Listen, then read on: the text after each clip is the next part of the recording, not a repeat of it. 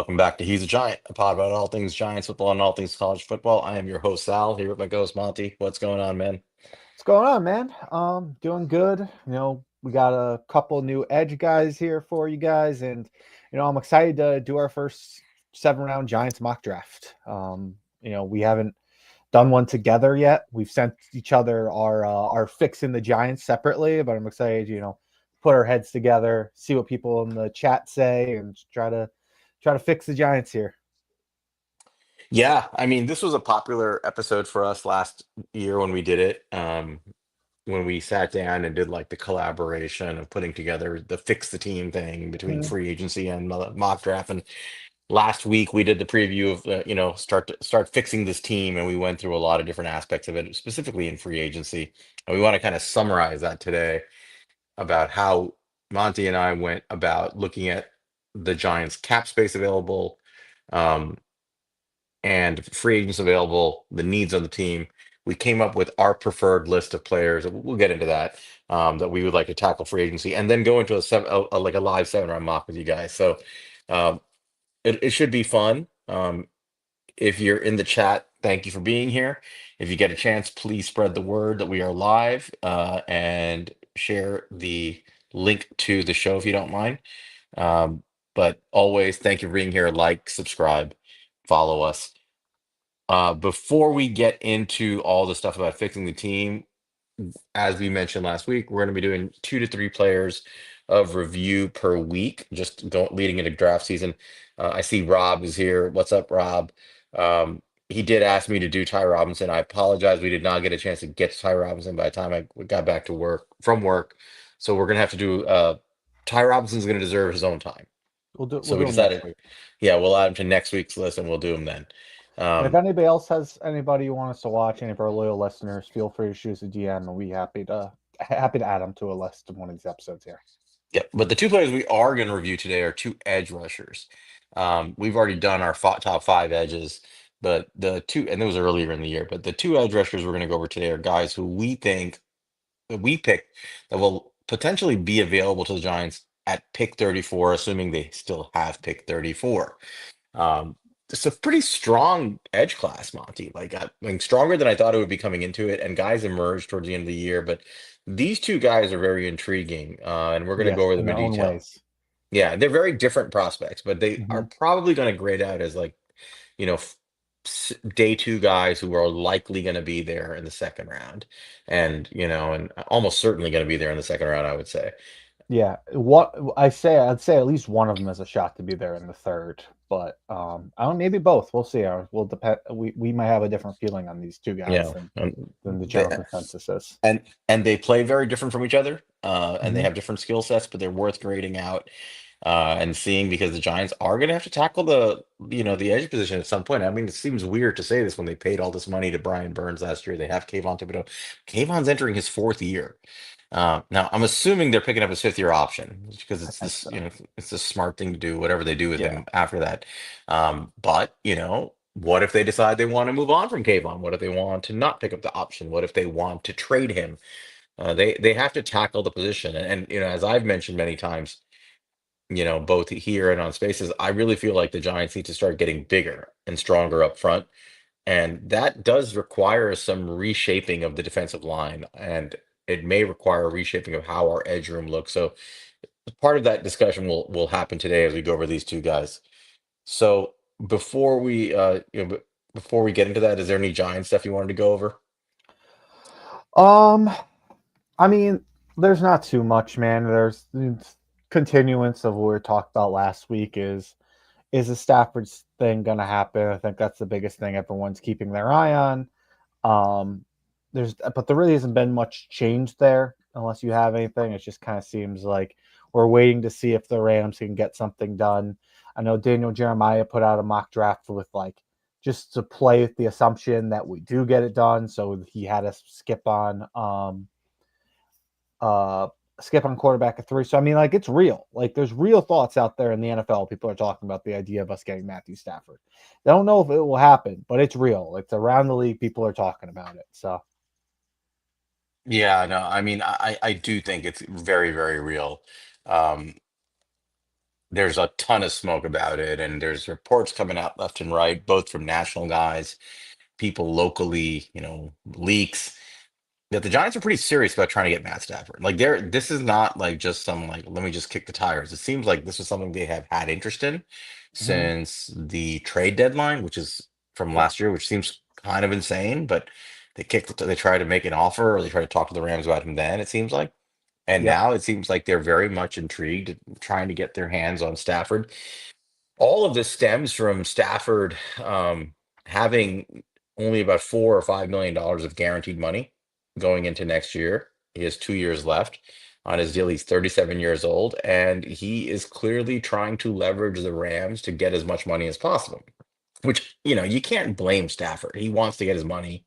He wants to be paid for what he's doing.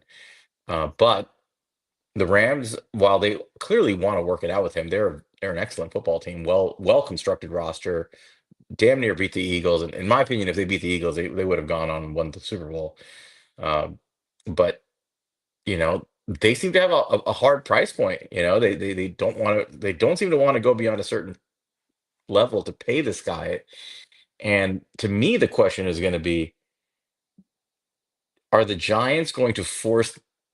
Are they going to force the issue so much that neither Stafford's team nor the Rams can say no to an offer? And what I mean by that is, I don't think Stafford wants to leave the Rams to go to the Giants. It seems insane to think he would, but he wants more money. Will the Giants offer so much more money than what the Rams are willing to do that he's just like, this is definitely worth it? And are the Giants willing to offer so much in draft compensation to the Rams that they feel like, yeah, let's just do this now. Let's get him off the books, get our draft picks, and move on. And that's kind of my thought process. To some extent, it's my concern here that the Giants may decide to overpay on both fronts to get this done. What do you think about like that? Yeah. What are your concerns?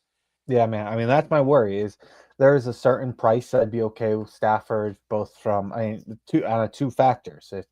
With the price we're paying with draft capital and the price we're paying in a contract. I'm very concerned. Both those things are going to be higher than people think. I think the contract's going to be, I think, upwards of 50 million, which I think people are starting to come to grips with at this point. And I think the compensation for Matthew Stafford's going to come either like a Brian Burns type thing where we're second plus another pick this year, where it's basically a first, even though it's not really a first because it's an early second, or like our 2026 first next year, maybe, conditional like they did with Aaron Rodgers. But I think those are realistic situations. I wouldn't be happy with this. I think they're gonna if they could somehow get a deal done, I think they would cough up pick 34, which I absolutely detest. And I think they will just to get a deal done. If they're desperate enough to make the deal happen, they'll cough up that pick and Mm-hmm. probably either another second round pick or a conditional third or something like that next year. And I do think my bigger concern, and on top of the draft capital, Monty, is, and this has nothing to do with draft with Matt Stafford, who is an outstanding quarterback. That's not the issue. But my bigger concern is that I think that to make the deal happen, the Giants may be willing to offer him what would amount to an exorbitant price tag of a contract extension. Mm-hmm. I think they'd be willing to tear up his current contract and say, we're going to give you something along the lines of 3 years, 106. I've told you this, 3 years, 150, $160 million, and guarantee close to $100 million of it. And say, here you go. All you have to do is agree to the trade, and we're willing to give up a second round pick and then some to the Rams to get you here because you're our plan for the next few years. If they do that, I have a hard time seeing both Stafford's team and the Rams saying no. I think at that point they would be the desperate buyer, and everybody's just going to say, "Fine, we're checking out here. We're gonna take what you're offering us and walk away." And then my concern would be like, as much as I think Stafford is amazing, what's his incentive to not retire after a year or two, Mm-hmm. right? Because at that point he's like, the guy's been flirting with retirement for a while. If he's got the guaranteed money locked up, at some point he may pull a Darren Waller and just say, "Look, I've been dinged up and had a ton of injuries, and maybe I want to go spend time with my kids at this point." Yeah. Yeah, man. I mean, it's something that I was tweeting a little bit about this week about the age factor of this. I mean, Matthew Stafford's 37 years old. Um, he's Still a very talented quarterback, but people said there's no regression. I mean, you can look at the stats and see there has been some regression. I mean, Matthew Stafford never came short of 4,000 yards his entire career, basically playing more than like 12 games. Um, Last few years, he hasn't gotten there. Um, he has Sean McVay. He has Cooper Cup. He has Puka Nakua. He's in a great situation. As much as we talk about like, oh, I'm afraid of like Sam Darnold regressing when he leaves the Vikings. Well, I'll tell you what, Matthew Stafford is in an awesome situation too. And that's really realistic. And if you look at like the age that these guys really start to drop off, it's about 36 years old. You can really see it. I mean, it's 37. So you're starting to see it. I think it's going to continue to go. And you look at the age of like the caliber of quarterback that has been like in this tier. You look at like an Eli Manning, a Philip Rivers, a Ben Roethlisberger, a Matt Ryan, like all great quarterbacks. Look at when those guys retired and when they started to drop off. Eli Manning, 38. He wasn't the same guy his last couple of years. Philip Rivers, 39. He was probably one of the better guys his last couple of years, but still wasn't throwing it deep downfield anymore. Ben Roethlisberger, 39, was definitely not the same guy the last couple of years. And Matt Ryan, 37, was not the same guy, especially the last year. So like, look, the reality is not a lot of people are Drew Brees and Tom Brady. And you can point to Aaron Rodgers, who's still playing at 41, but we haven't seen the same Aaron Rodgers since his MVP years, basically. Even the year after the MVP before he got traded, he got a down year, got hurt, had another down year.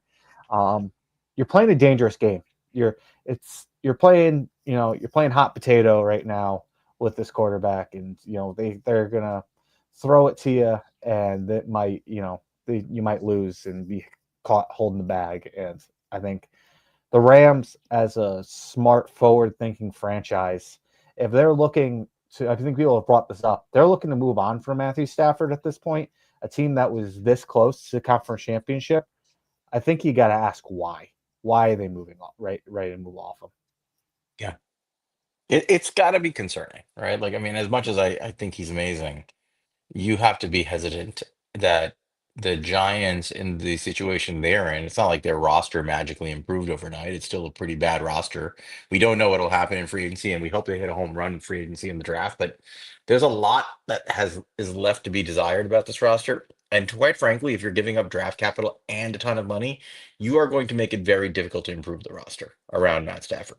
I think that that's a reality we need to grapple with. That if they do this, yes, there's some pieces on this team that I think Stafford can extract maximum value out of. So that's the positive. But the reality is there's so many holes on the roster that if you do pay him and you take away some premium draft capital, you will make it that much harder at least to improve the roster. And then how quickly can you get this up to snuff? How quickly can you get the roster where it needs to be for Stafford to be able to make you compete for a division title, a conference title, and does that timing and that clock match up with the clock on his career? It's going to be something that it feels like you're racing against time to get this done. But listen, it's on the table, so we have to. It's something to watch. If I think the Giants are truly interested in earnest in getting this done. There have been reports, leaks at least, that John Mara might be the one pushing a lot of this. I don't know how true that is. But I do think that there's a sense of urgency in that building from Mara down that they want to add credibility to this organization as fast as possible, which does concern me because credibility can be bought in the short term or it can be earned in the long term with some hard work and honest roster evaluation and development. And it does kind of feel to me like they're trying to take a shortcut again. I think you're muted. Yeah, it feels Oh, like John yeah. Mara is praying to be relevant again. He's willing to do anything to see a relevant football team. And I think there's a lot of fans that feel that way. And I don't blame the fans for feeling that way. I think it's short sighted. And I think that ultimately it's a move that they will look negatively upon in the future. But I don't blame fans today just saying I just want to see a good football team. I totally get it. I just don't agree. I feel that it's I feel like it's going to be not work out for us, but who knows? I don't know. We don't need to spend too much time on it. I know we got a lot to talk about, but yeah, the Matthew Stafford thing. We'll see what happens, man. Of course I'd be excited to see Matthew Stafford play quarterback for this football team. I just don't know how far that gets us. Yeah, we'll see. All right, we're about to go on. I know. Oh, a special shout out to Rob R0B, who's in the zone right now and has been running like 15 to 16 hour spaces a day. He's doing this simultaneously right now while doing this, while being here. So we appreciate you, Rob. You're a man on a mission. For those who don't know, you can always tune in somewhere in the middle of today's space.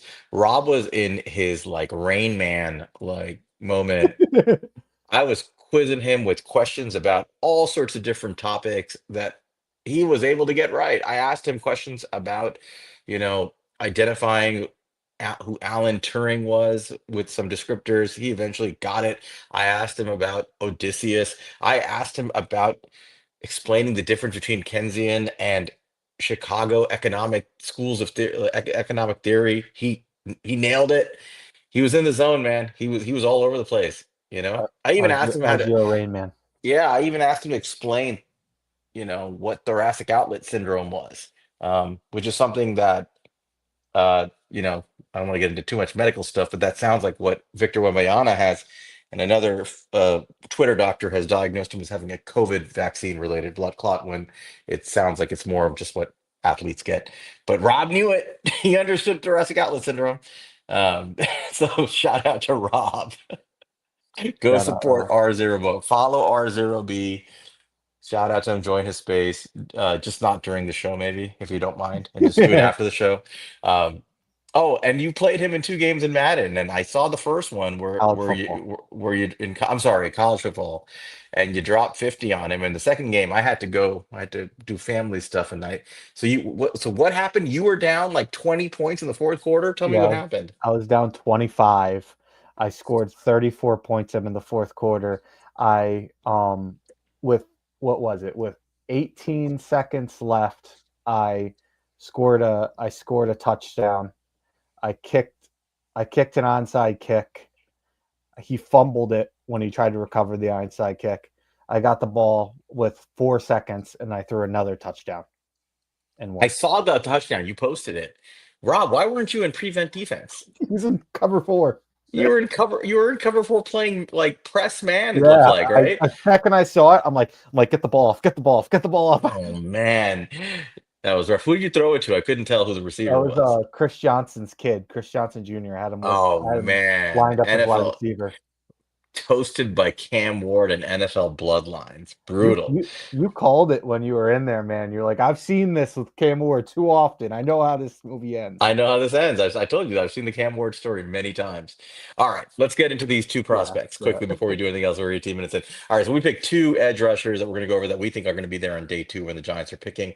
Um, why don't we? Do you want to do the first, the speed guy, and I'll do the other guy? yeah. I can do the first one. All right, I'm going to do my best here. Our first guy out of Old Miss is Princely, I believe, Umanmielen. I think that's how it's pronounced. It's I pretty tried good. I tried to figure that one out, but he's an edge rusher out of Old Miss. He was previously at Florida. He was a guy that actually, we were really interested when he was We thought he would declare last year. yeah, going to declare last year, and I liked him. It was a guy I was very interested in. Looking at these numbers here. I mean, this dude is a straight data darling. I mean, Hmm. 91.1 PFF grade. Dude had 11 sacks here. At least for reference, when PFF says sacks, they count half sacks as full sacks. So like a different source may say less than that, but either way, 11 sacks, 16 hits, 28 hurries. He had a 22.8 pass rush win rate, a 90.9 true pass set rush grade, and 8.6 run stop rate. So, like, we saw these, we liked them last year. This was a guy we felt like we had to, you know, get to and talk about. So, I'll tell you some of my thoughts about him. What I got out of this guy is he was a true speed rusher. Like, that's Hmm. where he won. He wanted to win outside. I thought what his I posted a clip on on my timeline. If somebody wants to go look it up, I'll retweet it from He's a Giant account too. Uh, I thought his best move was, he uses that ghost rush. That's Hmm. something that like Von Miller is known for. And essentially what a ghost rush is, for anybody who doesn't know, is you kind of like fake an arm or you fake going inside and then you just lower and go around and basically you don't even touch them. Like you fake like you're going to make a move on them and then you just use your speed and get around them. Essentially is what a ghost rush is.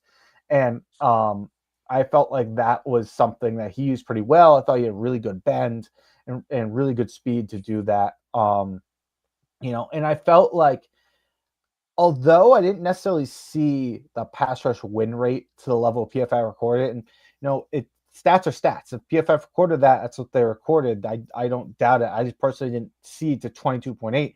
Didn't feel like that. I didn't feel that impact, but I did feel like he won cleanly a few times a game. In both games, when he won, like he blew by the guy, and like I said, used that type of speed rush and went untouched. But I did feel like because he didn't really have much of a power move, he didn't really feel like he had much of a counter, that I felt like he didn't consistently affect the pass game as much as I would like to have seen. And then I didn't necessarily see the best like run defender in the world either. I thought he could struggle to penetrate. I mean, I think that came with you know, how he pass rush. He's a speed rush guy. So I didn't really see him like push a pocket.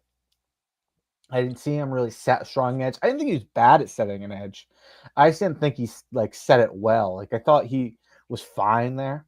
Um, so I just didn't love what I saw. I mean, I saw a guy as a speed rusher. I saw a guy who ultimately, to me, I saw a guy who's like a situational pass rusher, and I think he could do really well in that role in the NFL. But I didn't see a true like stud edge rusher like I think a lot of people are making him out to be, and he might end up being that. But that's personally not what I saw when watching him. So I don't know, Sal. I'll say one last thing is I didn't necessarily see an elite first step from him. I saw a very good one, but I didn't really see that elite first step was when we're talking about some of these other edge rushers. But I don't know. What was your thoughts on him, Sal? I think you nailed it. I mean, he's a speed guy. He reminded me a lot of Kayvon Thibodeau coming out of college. I think Kayvon was a better prospect, but that was his calling card, right? He was a guy who was maybe, he was sort of like the prototypical size for an edge, but his game was completely first step quickness, bend around the edge. Although I think he has better bend than Kayvon did, and Kayvon had a little bit more in terms of counters. Mhm. Um, but the deficiencies with him, as you pointed out, are, you saw him in he graded out really well in the Georgia game, for example. I watched Georgia this year, and he had a couple of really amazing plays where he with Mhm. just incredible like bend and gets really low and the flexion to be able to kind of go parallel to the ground, go around the tackle and make some really nice, drive destroying sacks. He has that. He can blow up football drives like that. And he like will occasionally showcase that, but there are just so many plays where he doesn't show the pass rush repertoire you want somebody like him to show.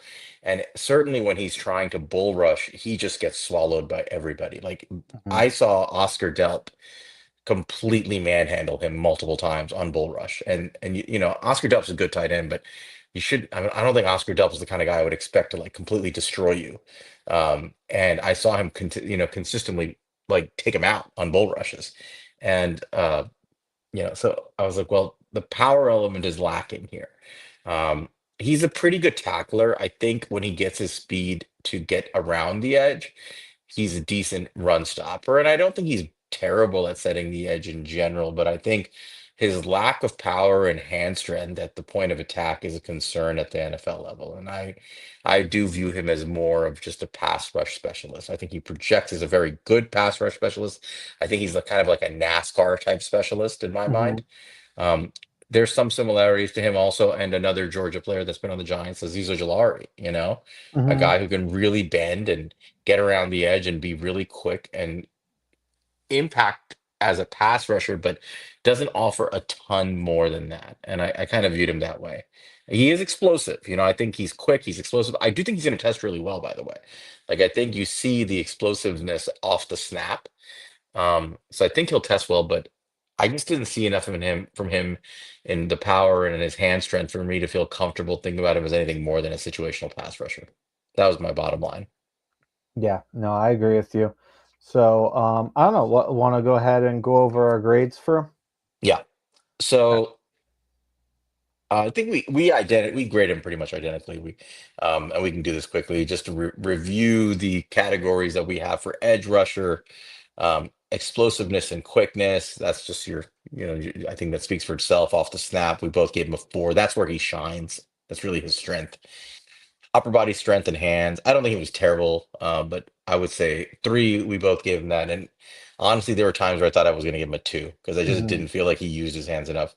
Bend is definitely a 4. He's got good ankle flexion, good hip flexion. He can get around that's with his explosiveness. That's his calling card. Pressures, I gave him a 3. Now he did have 55 pressures this year, so I could have given Yeah, him higher. I could have given Um, higher if I just went off the numbers. right, but when you watch the tape, like he has a limited way of generating pressures, and that's Hmm. why I gave him a 3. I'm assuming that's why you did it. I agree. Yeah. Edge setting, I think he's a little below average, so we both gave him a 2. And drop zone, I didn't see much from him He in didn't do it coverage. really. Yeah. Durability, he does play, so I'm gonna give him a 4 there. Overall, he gets a 3 out of 4. So I think, I think he profiles as an average NFL edge. I don't think that's Yeah, a bad thing. 5. But you have to use him properly, in my opinion. I don't see a complete player at the edge position right now. I see a situational pass rusher, and that's how he should be brought along. Yeah, I agree with you. He's a fine player, but yeah, I was hoping to see more out of him, and I just really didn't. Yep. And I don't think I mean, Giants grade, I gave him a 2. We have these guys already. We don't need Yeah, these types of guys. We I need agree. we need a different profile. So I gave him a 2 there. Not much of a So, boo and grade either. yeah. So, speaking of different profile, why don't you introduce us to our next guy? Yeah, so the next guy I think is more intriguing for Giants fans for specifically for what we're looking for, at least what I'm looking for, and it's Hmm. edge rusher Landon Jackson out of Arkansas. So Landon Jackson he's a big boy. He's 22 years old. He's 6'7", 280 is what he's listed at. He's a big kid. I forgot what Yeah, he measured at the I think he was at the Senior Bowl if I'm not mistaken. yeah, he was. I can look it up. Yeah, but he's listed at about 6'7". Now I don't think he measured in at 6'7". I think he measured in around like 6'5" and 3/4, like closer to 6'6" and about Yeah, 275, you're something right. like that. 6'5.5". Right. I mean but he has, I mean, in his measurables, and you can see it, his length, his wingspan it's got to be like 80 something inches. He has an enormous wingspan, and he Yeah, knows how to almost use it. 6'11". Yeah, like it's insane. Um, He played in 12 games this year. He's really played almost every game the last 3 years. Logged a lot of snaps. He's had a total of 35 pressures, the 3 batted balls this year. And I think that matters. That's Mhm. part of his game. Um, Primarily lines up outside the tackle as a true edge rusher. He will line up over the tackle, like in a 4-eye alignment, about a quarter of the time. And sometimes he's using the B gap, and he not a lot, but he's big and strong enough where you can move him around a little bit on the line. So he has some flexibility. In terms of profiling his game, what you watch with Landon Jackson, what you see over and over again is a guy who knows how to use his wingspan and his raw strength. This guy is strong as a bull. He's a strong Mhm. edge setter. He uses his arms and his wingspan. He has good technique, very sound at the line of scrimmage, good leverage, takes on blockers, and what you see rep after rep, Monty, is he takes on these guys at the line of scrimmage and he consistently drives them backwards. Consistently. Like he wins over and over again. If it's a tug of war, maybe not a tug of war, but if it's a game of push, right? He gets the push. He wins a lot on the edge, whether it's tight ends or tackles. He wins a lot. He keeps his eyes downhill all the time. He's coming downhill. He's got his eyes in the backfield. It's clear to me that his goal is to overpower the guy opposite him and collapse the pocket. That seems to be his goal on every snap and get into the backfield and make a play. He's good at diagnosing things. He doesn't just like go into like a chaotic pass rush move or anything like that. He keeps his eyes on the ball carrier at all times, and that allows him to be a good run defender.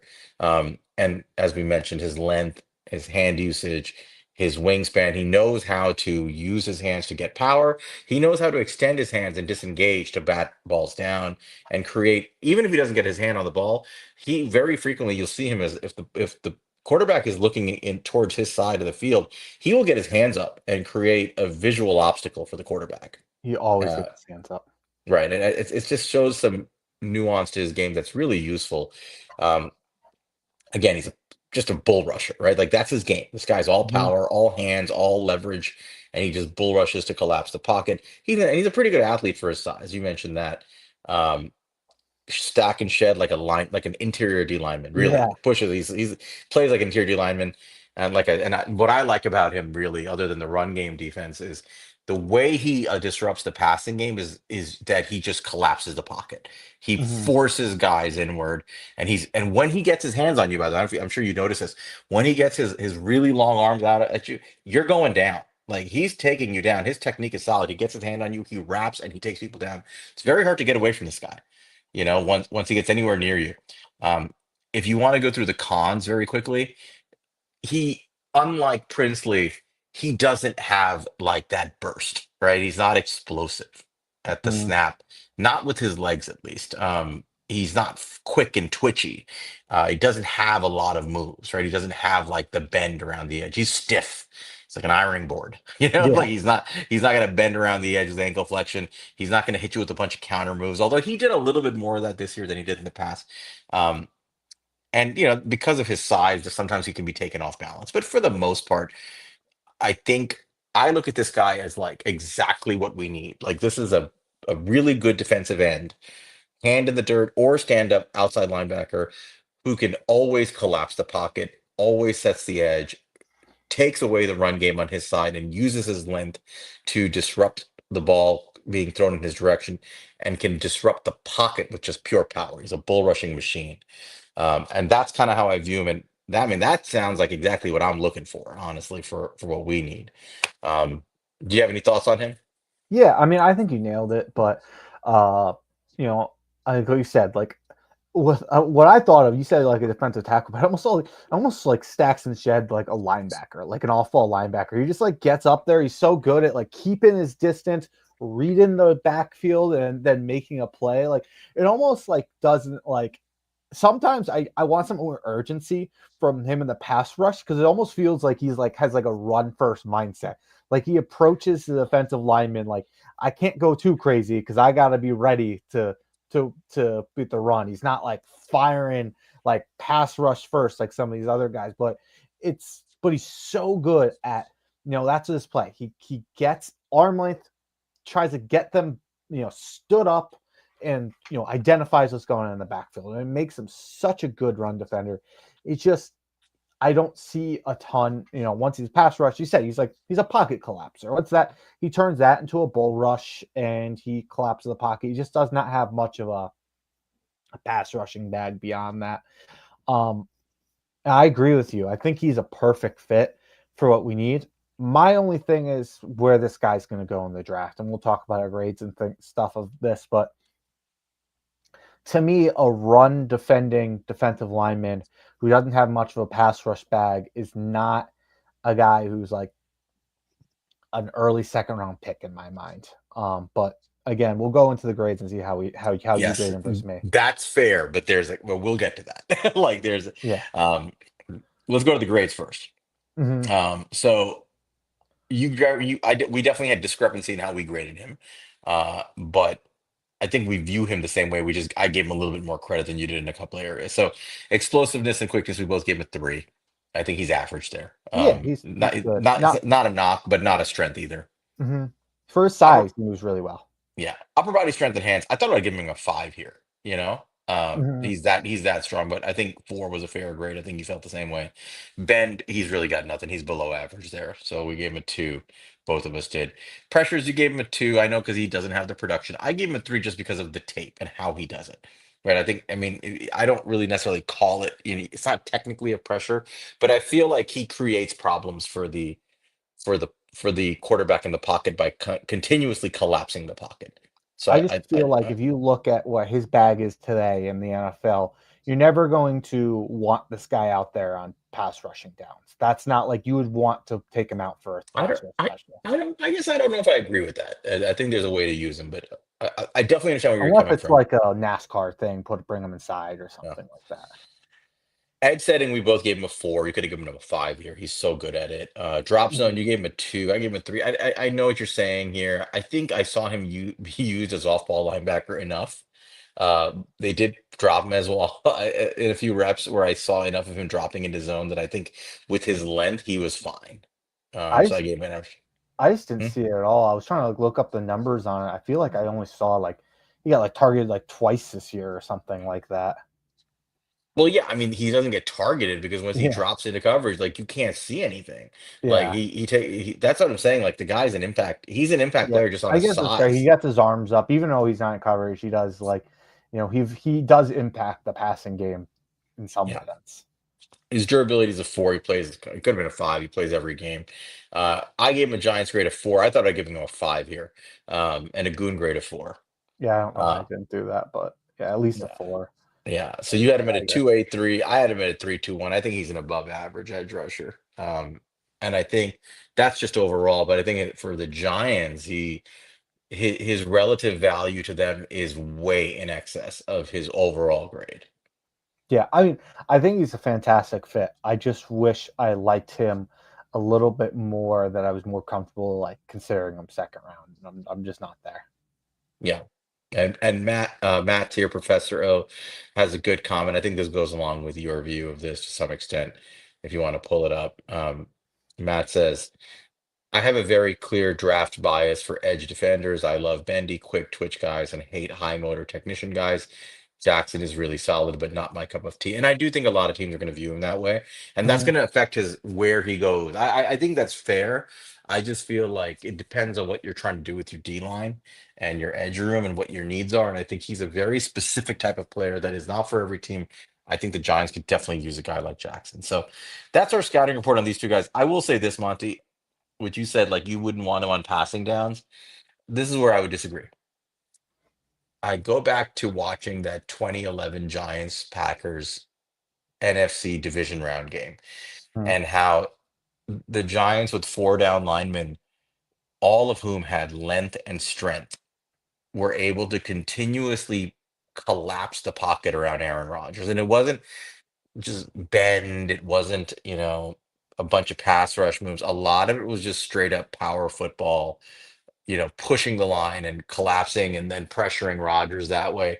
Obviously, it's not elite, but I think it's very workmanlike and it wears down O lines. And when you have guys like this on passing downs, not only are you collapsing the pocket and maybe allowing another guy like perhaps Brian Burns behind you to have a clearer path to the quarterback, the way he, like we mentioned it, right? His hand, he's always diagnosing the play. So if he's there on a passing down, he's got his eyes on the quarterback while he's pushing the pocket back, and he's able to disengage very easily, right? He can get his hand and he gets his hands up. I think he is an impediment to the passing game. I don't think it shows up necessarily in the box score, but I think he's a big bonus to have with the way he plays. That's just my take on it. Yeah, I just think, when you look back at those guys had much more of a pass rush bag. I know they could collapse a pocket and things like that, but I just don't see the hands from Lynn Jackson at this point, and that's something I want to see moving forward. I thought Matt also brought up another good point here, because this was a guy who actually popped up in my head when I was watching Lynn Jackson, and that's JT Tuamola from Hmm. Ohio State, and Yeah, he's somebody that to be fair, we didn't have this in our head last year when we reviewed him. Like, we really need a run stopping edge, and that's where we've kind of been on. But he's been back in my head recently, something I want to readdress and look at again. And it reminded me a little bit. Not a guy who's exciting and really is going to be like an impact player as a he's pass a rusher, but he's a workman-like guy. a really solid run defender, and a guy who you are perfectly fine out there rushing the passer. He's not a liability. I have another comp for him. It's a guy that we're going to go over in a few minutes. A current free agent who you actually wanted us to think about Okay. signing, Yeah. Emmanuel Ogba. Yeah. And He that's exactly profiles a why I lot. suggested him. Yep. Jackson profiles a lot like Ogba played in Mhm. Cleveland and in Miami. He's a bigger, bigger bodied, stronger, like big arm length, wide wingspan type edge, who isn't ever going to win with, crazy pass rush moves and spin and bend, but he generates a lot of pressure in the pocket. He has years where he collects sacks, but he's really stout. He's a stout tackler generally. He used to be, at least, and good, decent run defender and a guy who wins with power. So I think he's better than Agba personally. I think he offers more, and just as an overall football player, I think he's a more clean player. But Agba was um, really twitchy. I think that's the biggest difference coming out. Like I had an upside with a lot of his athleticism. yeah, no, but what he is now is not Yes, that, right? week now, yes. Yeah. All right. So those are our two players this week. Again, Rob, we're sorry we couldn't get to Ty Robinson. In this episode, we just didn't have time to do our due diligence on him, and we're not going to just do a review on somebody that we're not going to like do like several games of film review on. I thought I'd have time today. I couldn't get to it by the time I got home, so I apologize. We'll add him in next week. We'll do Robinson next week. Um, but with that, Monty, so let's go into what the rest of this episode is. Yeah. Last week we went into Fix the Giants, and we went into a lot of stuff, including a generalized approach to free agency and the different opinions. Today we want to have a mock draft, but the draft comes after free agency. And I think you and I both agree that only bad GMs and bad organizations go into the draft trying to fill needs. And unfortunately, Joe Shane has been doing that for a few years now. We hope he stops. If we were GMs, we would not go into the draft ideally, hungry and looking to Mhm. fill needs. We would want to fill our needs with free agency and spread out the money we have to spend to try to fill some critical needs on the roster. And it doesn't have to be stars, but just like spread out the money a little bit. Mostly use money from this year and do our best not to borrow from the future. That was kind of our thought process, right? Mhm. I think the Giants cap space is somewhere in the $55 million range right now. Yeah, Some around there. I think yeah, about 50-55 right now, I think. Yep. So we talked today about like how we would spend money before we would go into the mock draft. And we went back and forth on a couple of things, and we had some interesting names, but uh, I wanted to give your final proposal as I think the most logical one. And I wanted to potentially add one more player to that if you were interested, who I put in my proposal to at least consider.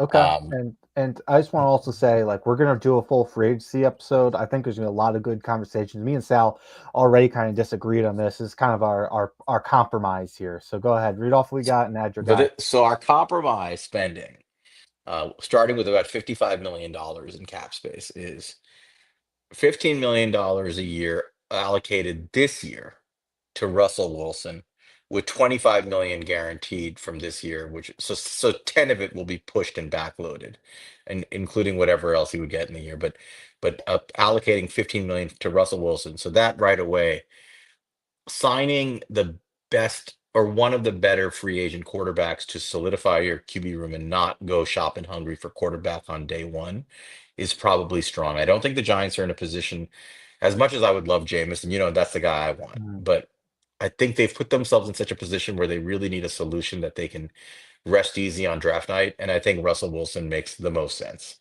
Yeah, I think the two benefits of getting a guy like Russell Wilson, takes it helps you not get taken advantage of if you're trying to make a move to get your quarterback.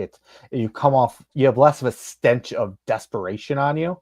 And I think, a guy I think sounded really smart when he said it was a guy like Malik Neighbors who said, he doesn't want a rookie quarterback to come in right away and have to be the savior. And I think a guy like Russell Wilson really allows you to take your time. I don't think you get that same if from a guy like Jameis Winston. As much as I love Jameis, I think there's gonna be a lot of pressure for that QB to start.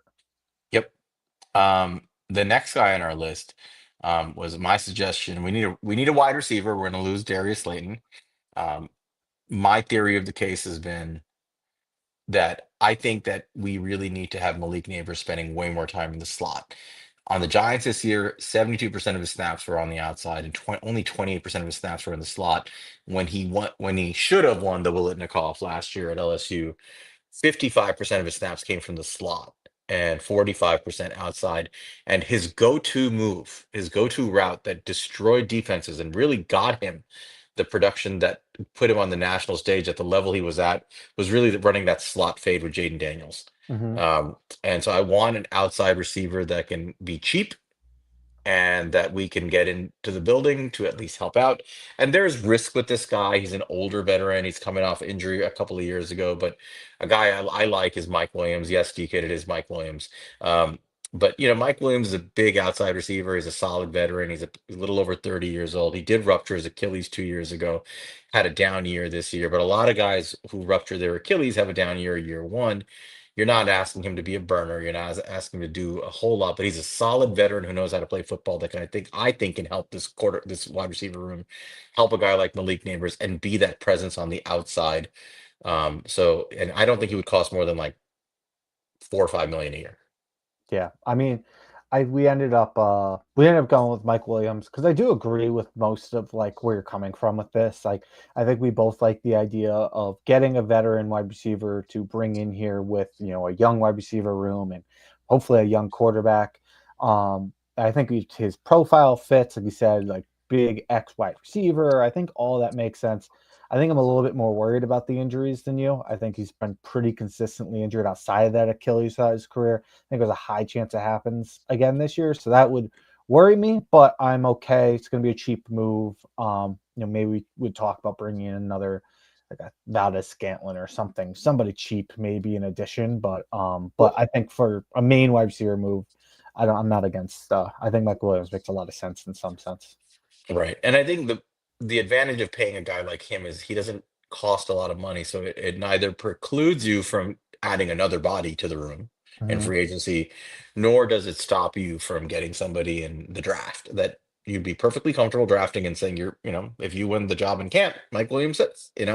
But I do think it's a reasonable thing to consider. Um, the next guy on the list is Morgan Moses for $4 million a year. Morgan Moses is a solid tackle. He's played on multiple teams, the Ravens, most recently the Jets, the Redskins in the past. He actually lives two doors down from my work partner. I know where he lives, and I know what his badass car looks like. By the way, he's a big dude. Seen him walking around. Um, but Morgan Moses is a solid, solid football player. He played a solid tackle for the Jets. He's getting up there in age, and he may be getting closer to retirement. I think he's about 32, 33 years old. But again, um, I don't think he costs more than like $4 or $5 million a year.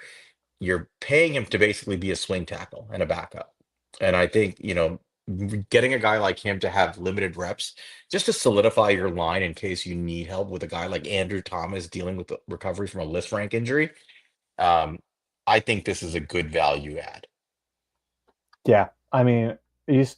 I would love to. My ideal world, I literally would love to just clone Jermaine Illuminor, get a guy like him on the same deal. He has, guard tackle, flexibility, a little bit younger. But yeah, I mean, look, people in chat are saying Morgan Moses is older, but we're not asking him to be a starter. That's not why we're bringing him in here. We're bringing him in here because Andrew Thomas gets hurt all the time.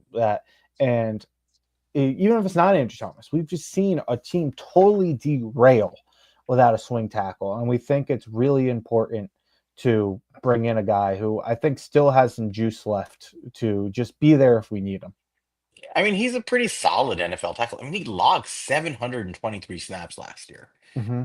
So if you're worried about his age, I mean, he's out there playing, plays a lot of games. Year before that, 778 snaps. Year before that, 1,022. Year before that, 1,022. Year before that, 1,065. Obviously, it's gone down as he's gotten a little older, but this is a pretty durable football player. So I would make a push to get him. Solid guy, he's been in the league a long time, savvy vet. Again, another guy who's the kind of veteran that can help your room, especially if you draft another tackle in this class or a hybrid guard tackle type player. I think Morgan Moses is a solid veteran. So we're adding him. The And if, next guy, yeah, people hate this age. Get ready for the next guy. yeah, Greg Van Roten. Why not bring him back? Greg Van Roten was a pretty decent right guard for us last year and even got reps at center and he looked good at center. He looked very reliable there and he's a good savvy vet. Why not? Again, you're bringing him back as a backup. Why not give him a couple of $1 million? Yeah, I mean, I tweeted out the other day is he had the best pass block efficiency of all of our offensive line last year. I think he got shit on at times by fans because especially when our offensive line was healthy and cooking, he was the worst of the group. But his worst was better than a lot of our guys' best for the last couple of years outside of Andrew Thomas. I think he's a really good player, and I think if you keep him, it doesn't preclude you from moving Evan Neal inside and trying to let him compete with him. Hopefully Evan Neal wins that job, but if not, I'm comfortable with Van Roten, and it doesn't preclude you from we're about to do a mock draft. Maybe there's interior offensive lineman we'll like, and it'll keep us from having to force a guy like that in the field. Look what Seattle just did with Olu. How slowly they took it and how good he's looking coming along. Only us force these guys on the field right away. It'd be nice to be able to take it slow with one of these guys for once. So far we've spent, in terms of cap dollars, about $26 million, and we've Mm-hmm. added a starting quarterback who can hopefully mentor a young quarterback, a an outside receiver who can be a backup or he can be a starting X, a solid swing tackle backup, a solid, interior lineman who's a backup or who can start in a pinch, who started for us last year and can play center. That's not bad. That's money well spent, fairly dispersed. So we have four more players that we definitely have on this list right now. The next one is BJ Hill, former Giant defensive tackle. Giving him I think his average expected income is going to be about 10 million next year. Mm-hmm. Giving him a 10 million per year contract. BJ Hill is just a good all around football player, good run stopper, good against the pass rush, three down lineman really.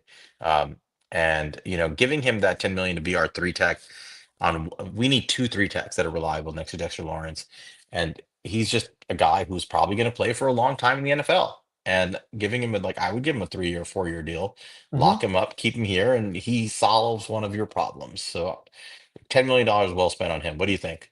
Yeah, no, he's a guy that, he's the main target for me this year. I think he's a guy that we should have never let go. He's been such a good player for Cincinnati, and I think he'd be a really good fit to bring back, put The next to other, Dexter, and have reliability again. I mean, the other option here that I could propose was giving, like $3 or $4 million to Tyre Tart. Mm-hmm. Tyre Tart played with Shane Bowen, was a solid interior D lineman who helped stop the run and had some juice as a pass rusher too with the Chargers this year. Good player, relatively young, relatively cheap, can lock down one of those spots and just be a, massive human being next to Dexter Lawrence, and eat up one of those spots. I think he's not quite as good as BJ Hill, but he's solid. And I think if you decide to go that route, there's extra money to spend in some other places. But I think BJ Hill for $10 million is very, very good value. Yeah, Um, the I next, agree with go you, ahead. and no, I agree with you, and I think Tart would be somebody I'd be very, very interested in bringing in. Just went with BJ Hill instead, but both are great options. And to answer your question, DK, BJ Hill is 29. Yeah, he's going to play for probably at least another 5 to 7 years at a pretty good level. So 5 years, I would say of good football he has in him at least. Um, The next guy we talked about, Emmanuel Ogbah, he's getting up there, but I think he signed a 1 year, $5 million deal last year with the Dolphins. I think you get him in the $3 to $5 million range again. He's a he's a backup edge rusher. You do need some depth in that edge room. You're going to lose Azeez Ojulari in all likelihood. I heard Ryan Dunleavy talking about him earlier this week, was a Talking Giants guy, saying I think he's going to get about 10 million on the market. I don't know if that's true, but I wouldn't be surprised. If somebody looks at him and says, even if he's not playing full time, he can generate nearly double-digit sacks for me. I'm paying him for that. So I think there's a decent chance he's gone. So you're not paying a lot for Ogba to be part of your rotation, and chances are he's edge four if you address the position in the draft anyway. But he solidifies the position for cheap. Yeah, I mean Emmanuel Ogbah. When I was trying to look for a run defending defensive or edge, really, he's the one who caught my eye. I mean, 6'4", 278 pounds. He clearly has the size for it, but looking more into the stats of it, let's see, he had from run defending grades, he was a 29th, and let's throw some filters on it for like 20%. So he was, let's see, he was 22nd for run defense grade of PFF. he had a missed tackle percentage of only 5.7, which is really, really good.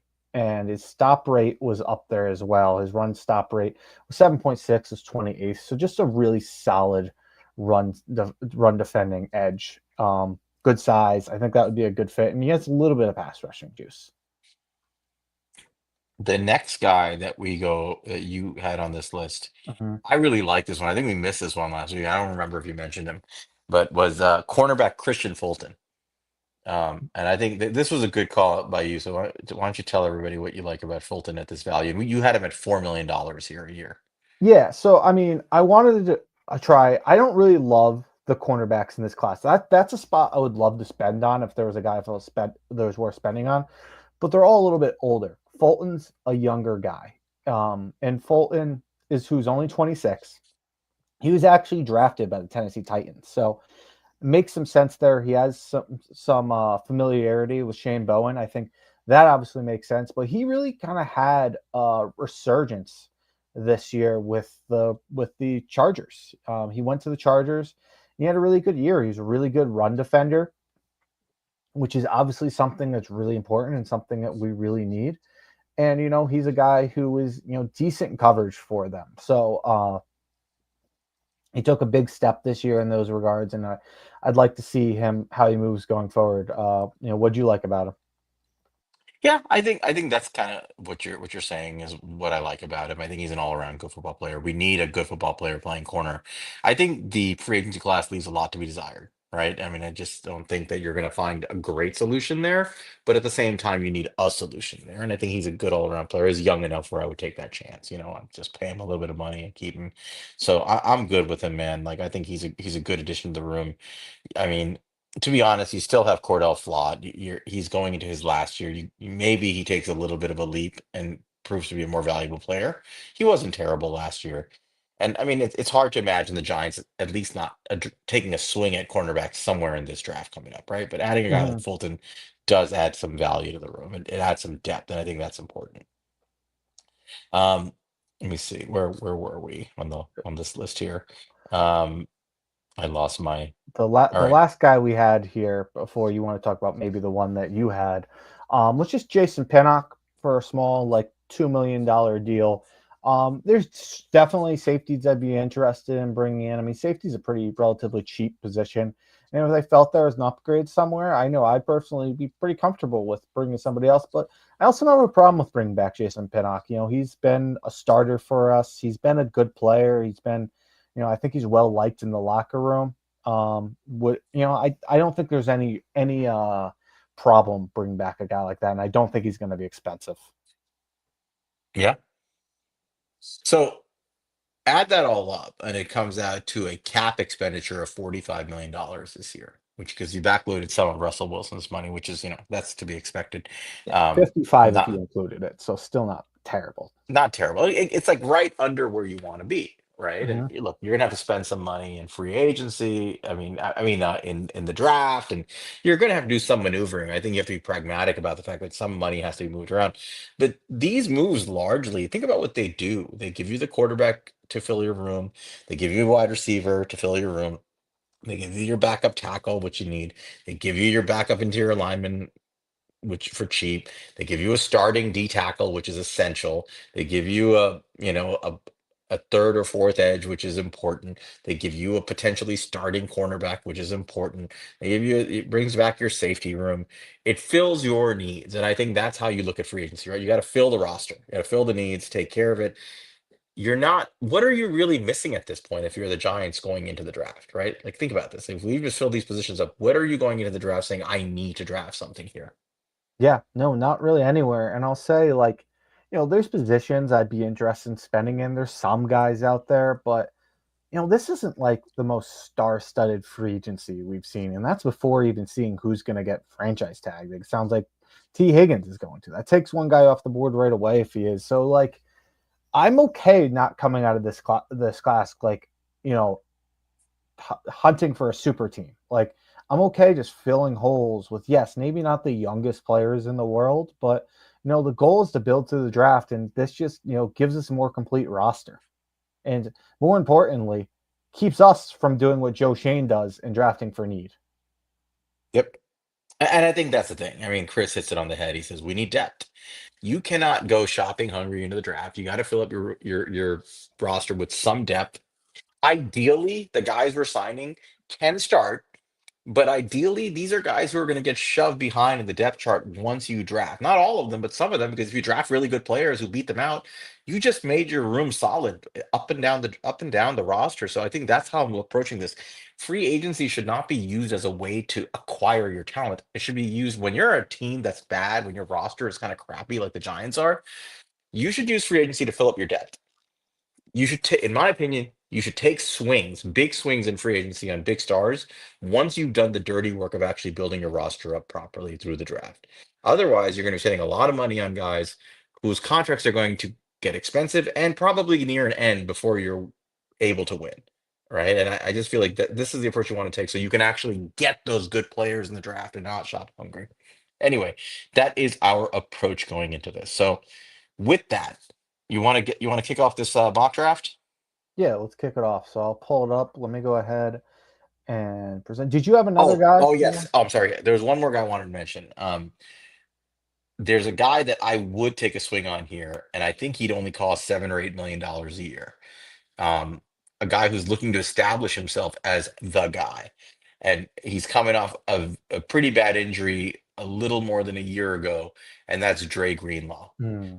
Dre Greenlaw, if you guys remember, I think he ruptured his Achilles in the Super Bowl warming up on the sideline. He was having a great game. He was covering, Kelsey and doing a good job of it. It's a really good linebacker. He's been playing second fiddle to Fred Warner for years, but as an outstanding linebacker in his own right, if he's willing to come to the Giants with even for 10 million, I would give it to him, Mhm. 7 to 10 million. I would extend out a little money from the future to get Greenlaw in here. I really would, because that's an impact player. That's one of the few exceptions to the rule we were just talking about, where I'm saying that's a linebacker. They usually are cheaper than their value on the market. He's a guy who's coming off injury a year ago. So by the time next season starts, he might be ready to go, right? A lot of these guys by the second year, a year and a half out, they're better. Their legs are stronger. He's not an older player. He's in the middle of his career. Um, if you could get Dre Greenlaw for 7, 8, 9, even up to $10 million, I would take a swing on him and add him, because I think a linebacker room of Dre Greenlaw and Bobby Okereke could be really impactful for this defense. I mean, those two could feed off each other. I mean, think about the athleticism between the two of them, right? Their ability to cover, their ability to trigger downhill, their ability to take away the run game. I mean, Michael McFadden's a nice player, but Dre Greenlaw is a major upgrade there. And McFadden can be an extra linebacker in this, right? When you use three linebackers, he can be a blitzing linebacker. He's become a good football player, but I would love to have, that inside out approach here with a guy like Greenlaw. So I would pay for him. What do you think? Yeah, I mean, I didn't hate the value of when you brought that up, but like I thought it was a good value. I thought it was a good player. I just didn't necessarily know if felt like that was the best place to spend our money because you mentioned like taking Micah McFadden off the field. I feel like we're getting a really good value on his rookie contract, and while he's there, for a defensive coordinator, that only really uses two linebackers. Like I don't see. He's obviously better, but I just don't see the huge value of taking Micah McFadden off the field with the He, cheap labor we're getting out of him. I mean, he is going to his last year of his deal. Mm-hmm. And like, but are you gonna, if you have a chance to get a guy like Dre Greenlaw for a few years, are you gonna let Micah McFadden's last year of his contract and the possibility of extending him hold you back from doing that? Is my question. Yeah, I mean, but I wouldn't sign Greenlaw for multiple years at this point because I don't know how healthy he is.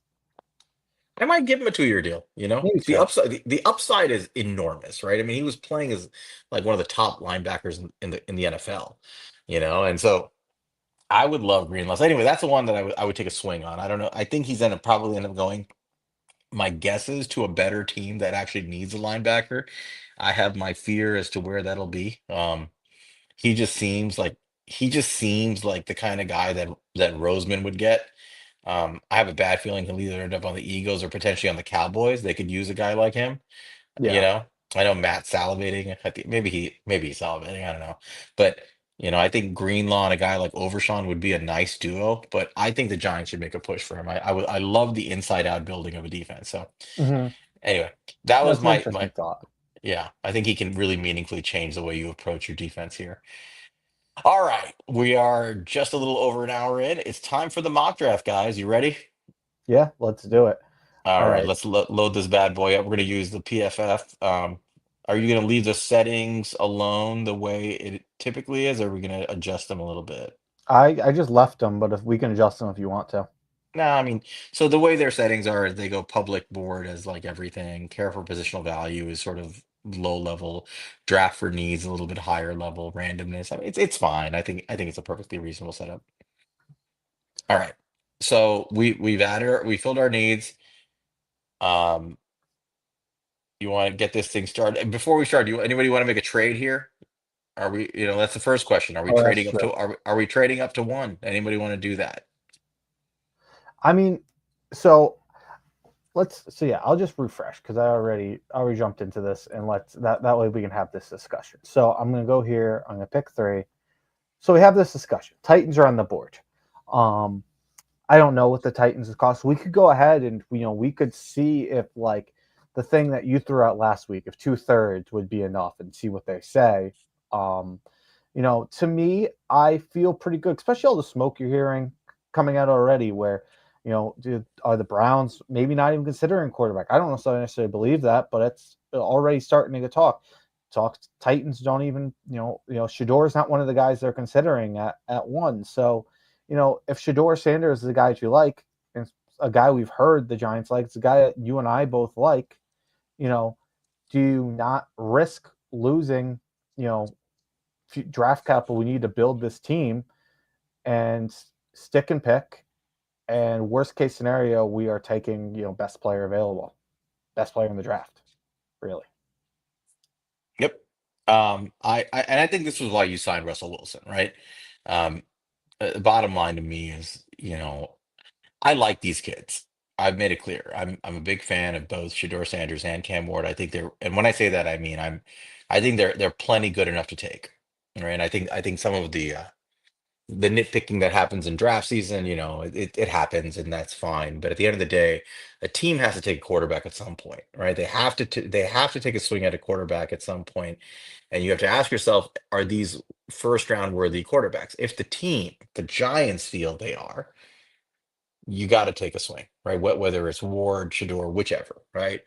Um, but that's different than trading up, right? I mean, trading up is a different scenario because typically when you're trading up for a quarterback, not only are you trying to get to the top of the draft, but you're paying a major premium, typically a 20% premium for quarterbacks, right?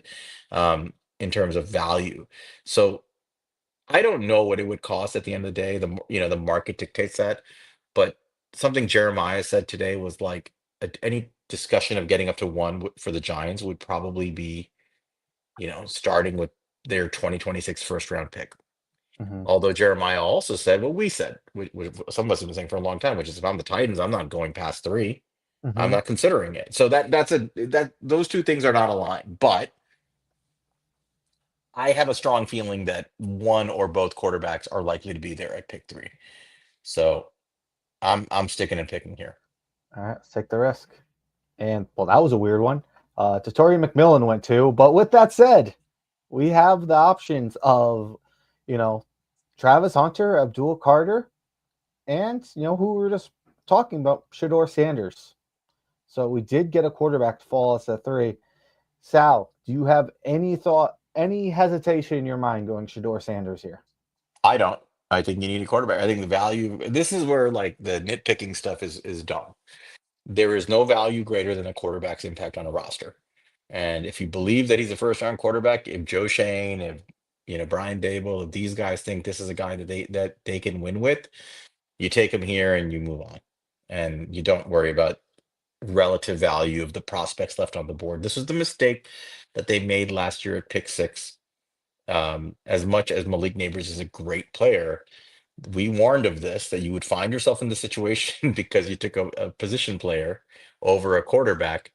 And many of the same people who are critical of Shador Sanders today were out there banging the table to take Malik Neighbors a year ago. And I feel like um, it's sort of like that narrow-minded pre-draft evaluation, like, oh, he's just not good enough to take. He's not good enough. Well, but then you don't have a quarterback, and you find yourself lost. And that, and then they say, well, what if you miss? What if he misses? So what if he misses? Right? So what if he Yeah, misses? Evan Neal missed. You know what I mean? it's So one draft pick. right. Which is why there's a difference between sticking and picking and trading up, right? There's a Right. much higher risk of trading up. The people who are saying, well, what's the difference if you want a quarterback, you should be willing to trade up? That's a very inane argument, right? There's a big Mhm. difference in risk, cost, opportunity cost, trading up versus sticking and picking. If you are patient and stick and pick, your risk level has been hedged quite a bit. So I'm perfectly comfortable taking that swing on Shador right here.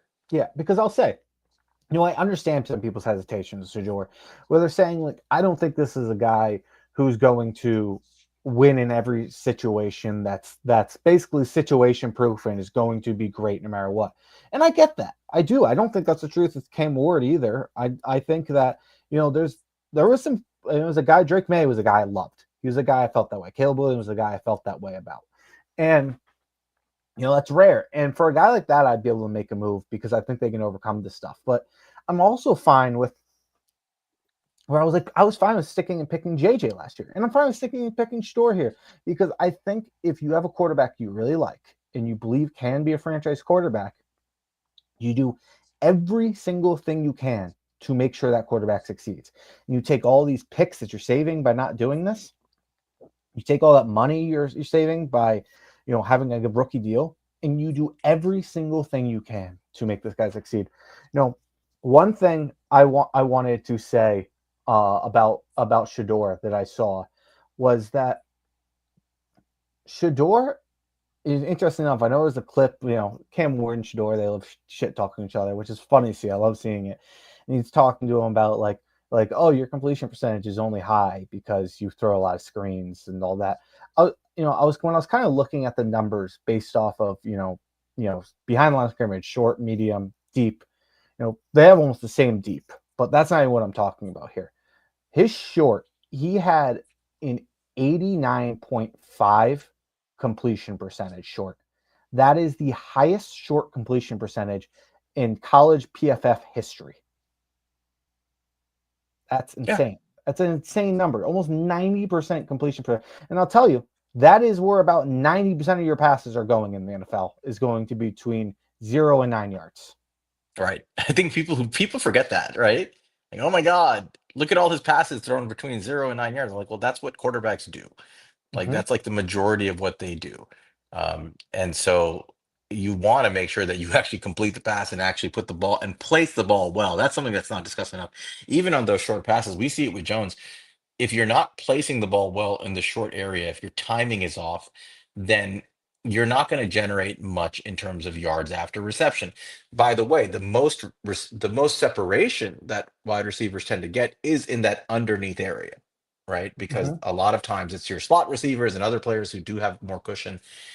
Those guys are completely dependent on ball placement and timing. If you give them the ball in proper placement with good timing, they have an opportunity to make plays with the football.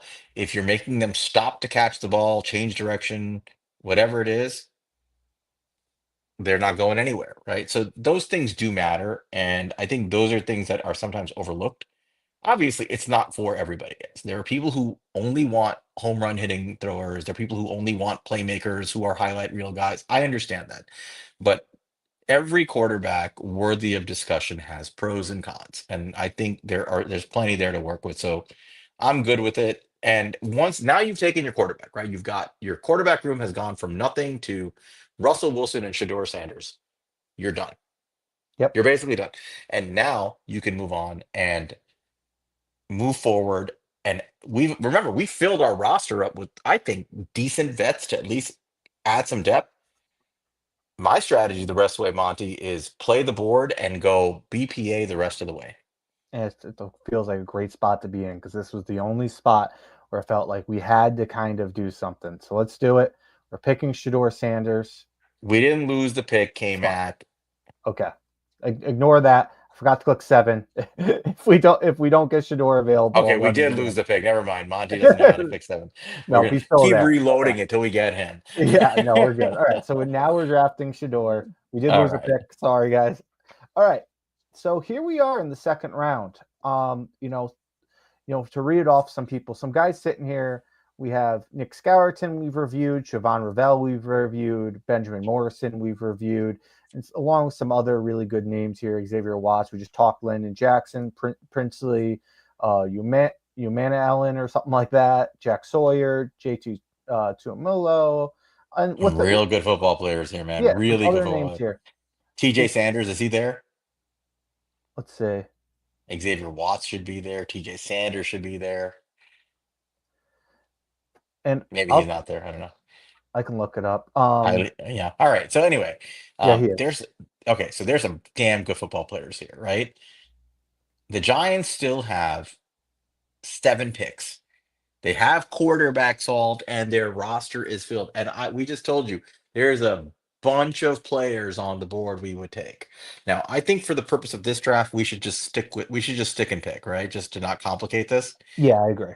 But I wanted to mention that because, and I know DK and I have had this conversation many times.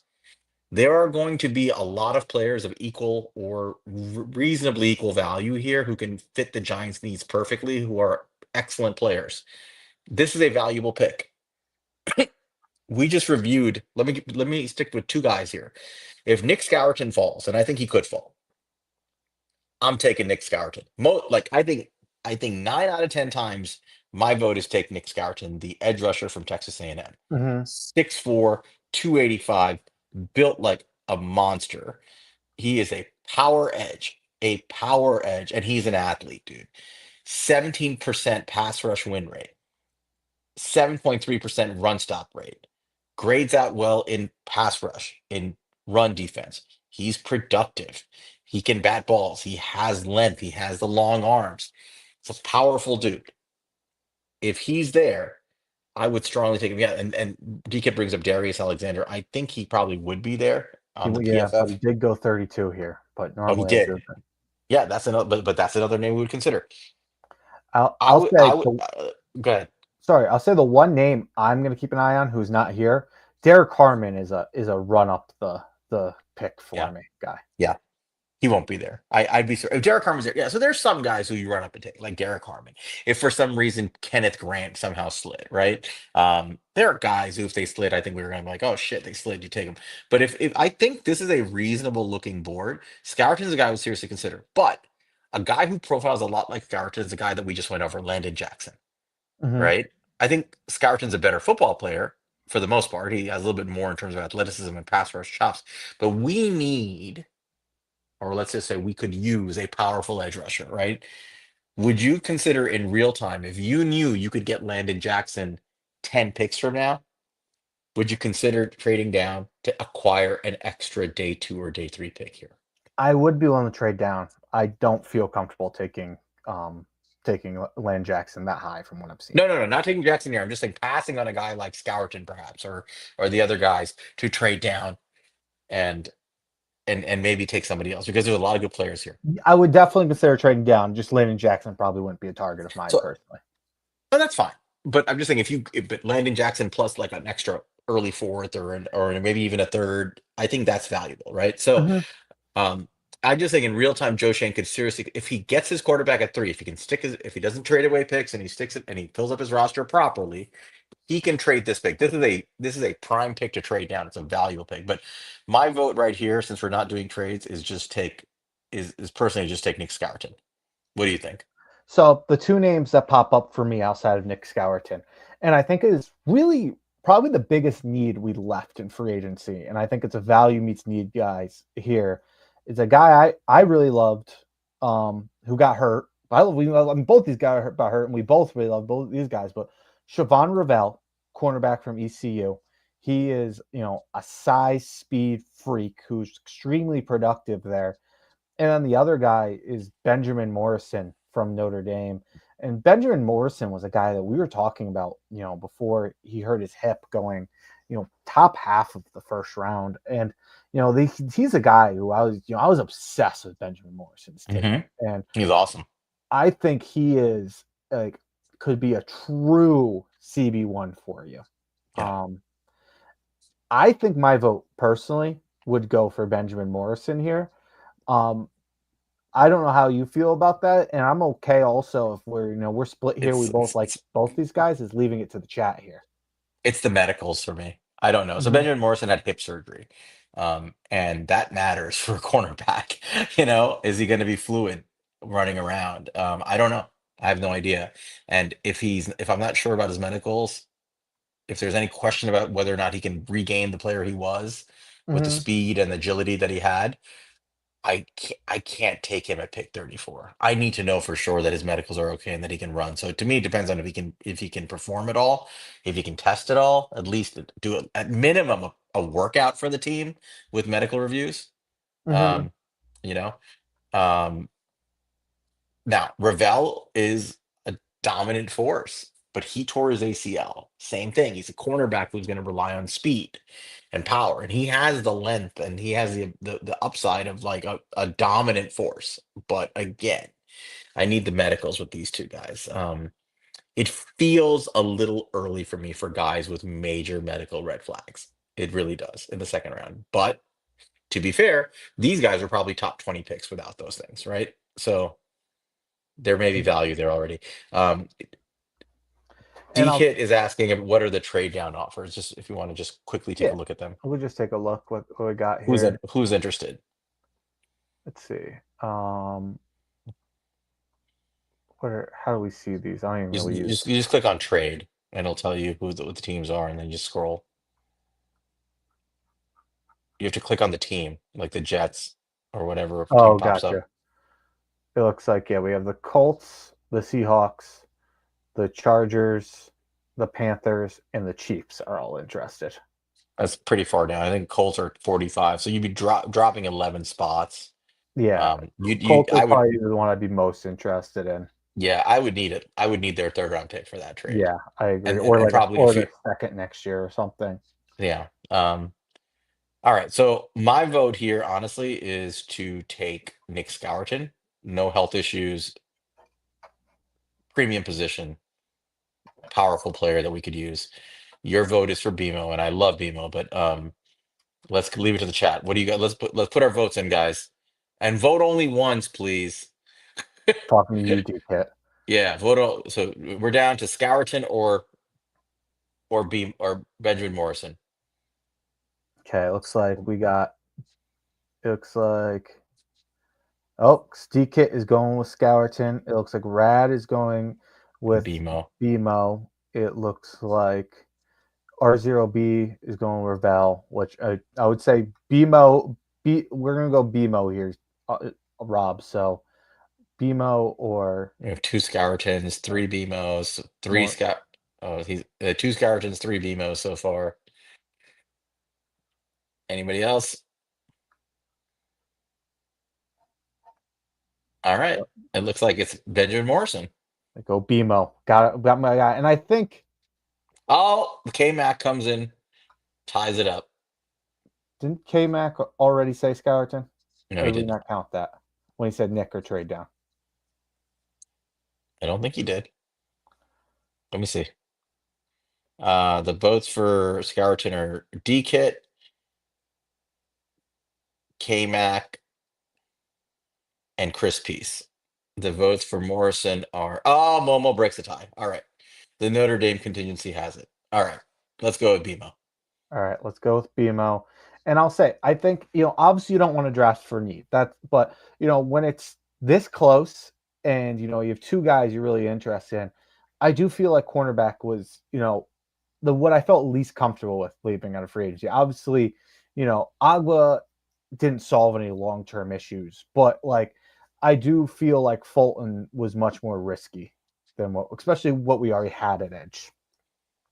No, I hear you. And I think I think it makes life easier to have a guy like him, but but you're right. I mean, it's hard to pass up on the talent of Benjamin Morrison. I will never. I love that guy. So hopefully he's healthy if we take him, and we're assuming he is if we're taking him, obviously, because I don't think the Giants would take him if he isn't healthy. So Benjamin Morrison.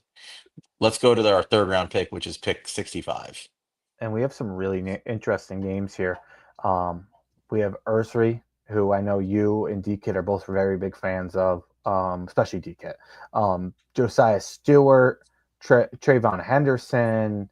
Um, you got Judkins, Chris Paul, Sebastian Castro, Jordan Phillips, Wyatt Millum, Jonas Savanier, Jalen Royals, Savion Williams, Maxwell Harrison. That could have been an option if we didn't go cornerback there. Definitely would have been for that. Charles Grant, Nick Amori. Some good options here. Trey Harris, you go pretty far. Deion Walker, Harold Fannin. Some good names here. Anybody catch your eye off the rip here, Sal? Go through the names again. I'm sorry. Like so Ursary, and Stewart, this Stewart's a Trayvon speed Henderson, rusher. I love him, but I don't want another speed rusher here. Henderson, no, I love him, but don't want a running back there. Who's the next guy? Judkins, Chris Paul Jr., Sebastian Castro, Jordan Phillips, Elijah Roberts, Kevin Winston Jr., Wyatt Millum, Jonas Savanier, Jalen Royals, Gunnar Helm, Savion Williams, Maxwell Harrison. Yeah, I think you got to go. Personally, I think you got to go Ursary here.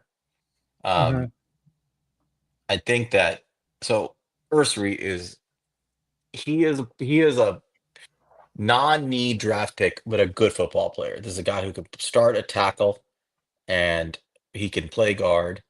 Um, and Alex is salty. He wants to hate on Shador because we didn't take Jackson Dart. I'm sorry, Alex.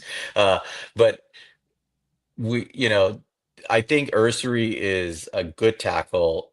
I think he definitely play guard in the NFL, and he's planning for the future. What if AT is not good, right? What if he's not good to go? Uh, it also gives you a hedge against Jermaine Illuminor in the future. So I think it's a good pick here to shore up your offensive line, especially in the third round. A guy who's a potential starter at tackle is a very good value. Mm-hmm. Yeah, I guess the only argument I would have is a Millum or a Savanier. I think might have a little bit more guard versatility if you're looking Mhm. for that.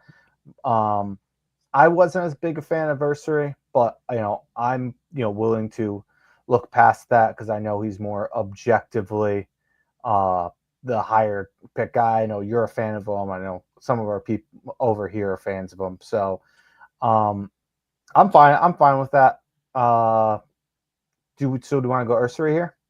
Yeah, I mean Trapillo is a good player too, but I think that Rob is asking about him. I think he's a good player too, but I think Ursary is a better player. I remember Ursary was a guy who was being viewed as a potential first round player. If you want to see good tape on Ursary, go watch him against. I mean, and DKit knows this. Watch him against everybody's favorite, edge rusher, Abdul Carter. He's a Yeah. powerful. He's a powerful tackle who can take away the bull rush of some pretty strong kids. So I'm taking him. I think at minimum he's a solid guard and or right tackle. I think he profiles really well at right tackle. Honestly, the NFL is a good run grader. I'm taking him right here and adding to my room. All right, let's take it. And yeah, I mean, worst case scenario, maybe he can be, so we don't have to sign guys like Morgan Moses anymore. He can be a swing guy for us at worst. In the third round, not the worst thing in the world. Yep. All right. Here we have Rucker, Mello Dotson, Will Howard, and we can't take that at this point. Kobe Bryant. Let's see. James is calling for Riley Leonard in the chat. Sorry, we don't need Taysom Hill, James. Uh, You you know, passed a really good player just now. who did I pass? Oh, David. DJ Giddens. Nope. David Walker. David Let's Walker. do a little David Oh, Walker I haven't profile. talked. I haven't looked too much into David Walker. Tell me about David Walker. Yeah, this is a very good football player. Um, you know, Power edge, one of the better pass rushers, and he's a small school guy, but just damn good. I know D Kid loves this guy. Um, he can play kind of all over the line, in my opinion. We do need some trench work here. And I think that Walker can be that guy who can, line up as an edge, line up on the interior a little bit, be a force. I wanted Scourton. The value wasn't there after that. But Walker is going to be a guy who's going to be overlooked a little bit, coming out of Central Arkansas. But look at his numbers, dude. I mean, he's 6'2", but he's 260. Okay, the big dude. He has a pass rush win rate of 21%. He has a run defense grade of 92, a pass rush grade of 94, a true pass set grade of 94, a run stop rate of 9.2%. He had 12 sacks, 6 hits, 37 hurries, 4 batted balls last year. This guy's he's a force, He's a disruptive player. Now he comes from a small school. He's a little undersized, so there's that. But he is a difference maker on defense, and I think that I would get him. I mean, you could lie. I mean, obviously he's an edge rusher, but I think you can play him kind of like even with his hand in the dirt. He's powerful, and so I'm happy to take this guy here. Um, but that's one vote I would consider. Yeah, I Um, want to look at the other guys, but you kind of sold me on David Walker. He's a guy I got to look into. Maybe a guy we'll do a review on in the future. But just looking at him real quickly, I love my freak list guys. He was a freak list guy, number mhm, 67 this year, second year on the freak list. Um, 6'2", 260 pounds, trimmed his 40-yard dash to 4.59, mhm. maintained his vertical jump of 36 inches, upped his power clean to 385, and upped his squat to 645, He's strong as shit. and He's bench press really strong, this 405. kid. This is And why I yeah, said he can play with his hand in the dirt, man. This guy, forget his height, he's a powerful, powerful football player. yeah, and you look at, there's not a bad number in sight. Obviously low level competition here, but yeah, I have to do my research on him, and I'm fully sold based off what you said, what I'm seeing. But some other names here, Jared Wilson, DJ Giddens, JJ Pugh. I don't know how to pronounce his name, but is it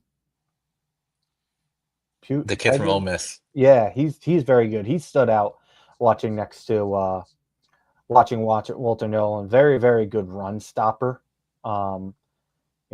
6'2" to 325. That's worth considering.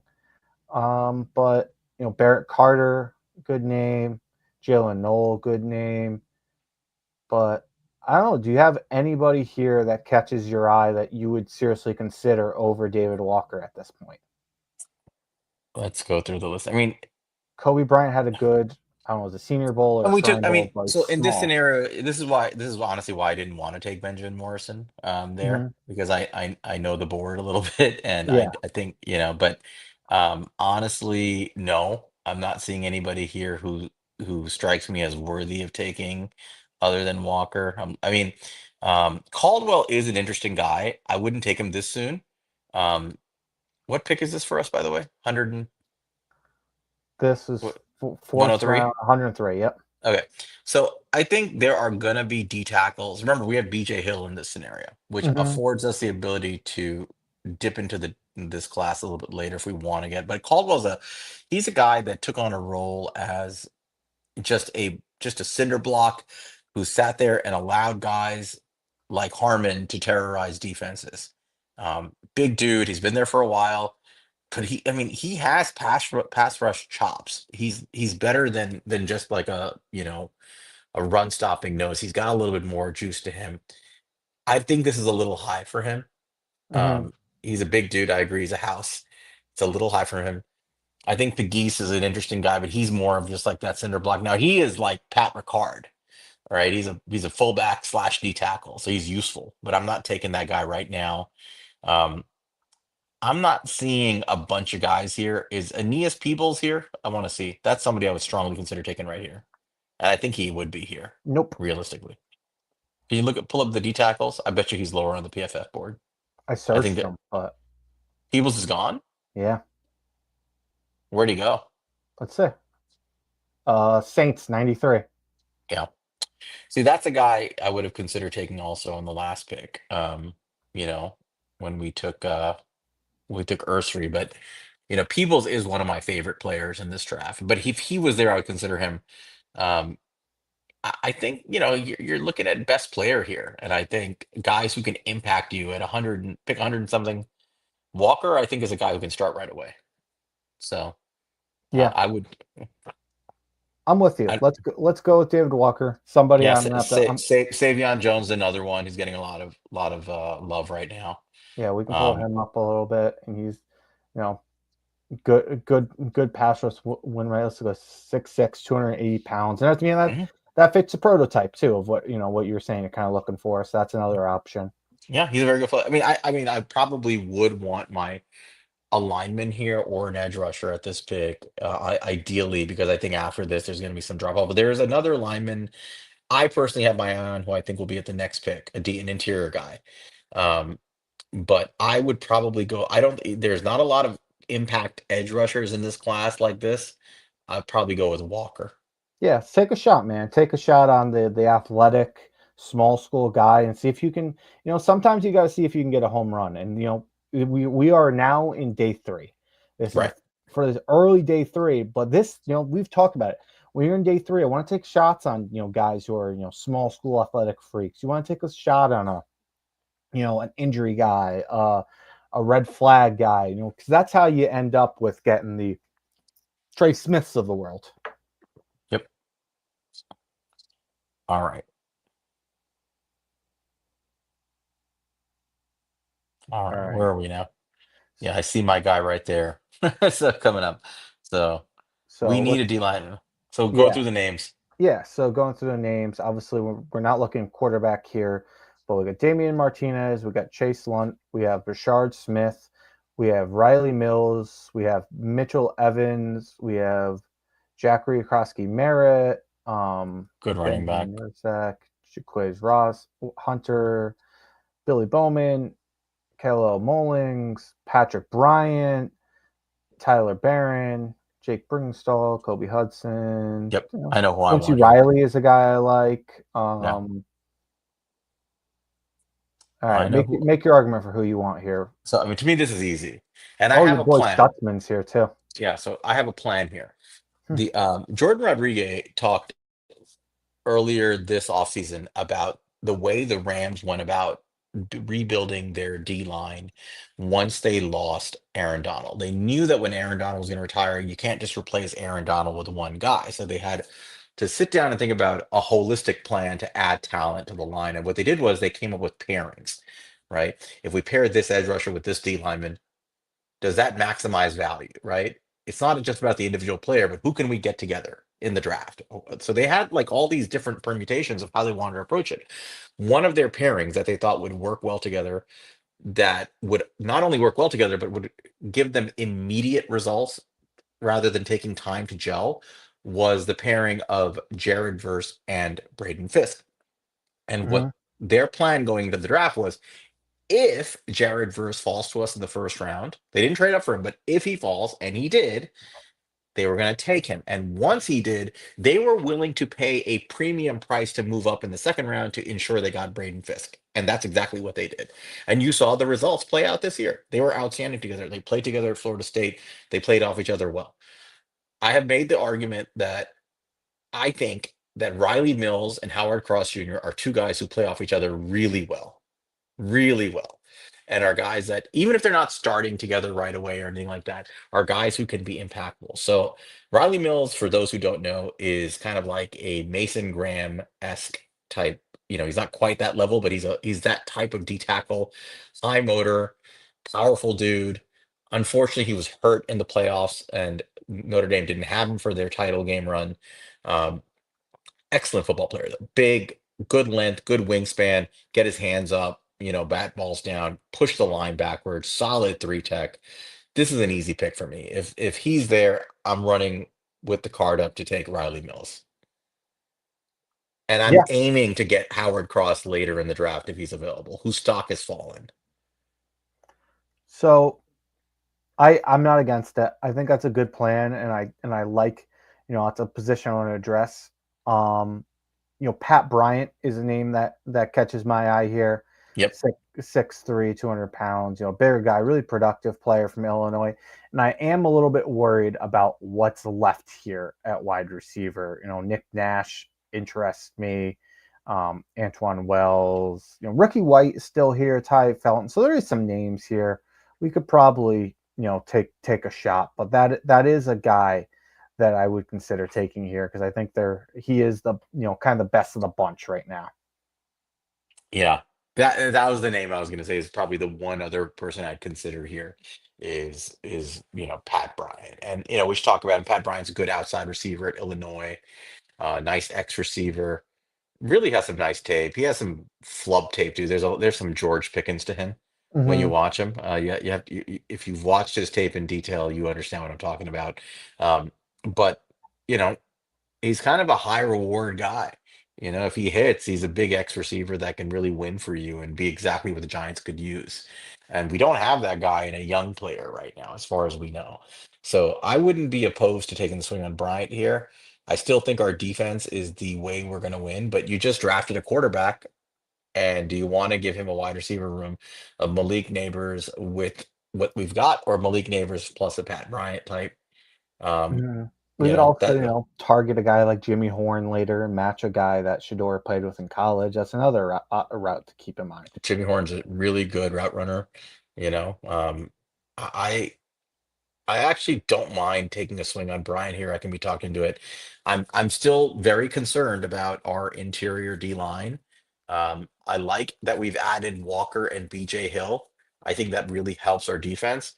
I Hmm. still think we need more muscle up there. So if you want to wait a little while and see if we can get another person to put next to Dexter Lawrence, that's fine. But keep in mind, we need four guys who can get to the quarterback, right? We need, and I mean guys who can stop the run and get to the quarterback. So without that, this defense is dead in the water. Yeah. I think let's go with Riley Mills. As much as I'd love to go Pat Bryant here, I think you kind of talked me into it there. We did this last year and we missed out on all a really good interior defensive line class. And it's another one. And no, Riley Mills, who I do like, is not like my favorite of a guy I was kind of hoping to land here. But I think your plan of getting two guys to kind of make up for it, at the very least, even if we don't end up with a guy like Howard Cross, like I But think there are other guys like him that can really play off this guy really well. And you've already got BJ Hill in this scenario, right? You've already got him on your roster. yeah, so I think there, we went through some names there. I liked at wide receiver going down there, and you know, I there's some names that interest me here too, but I'm not as moved as I am with Riley Mills. So let's do Riley Mills.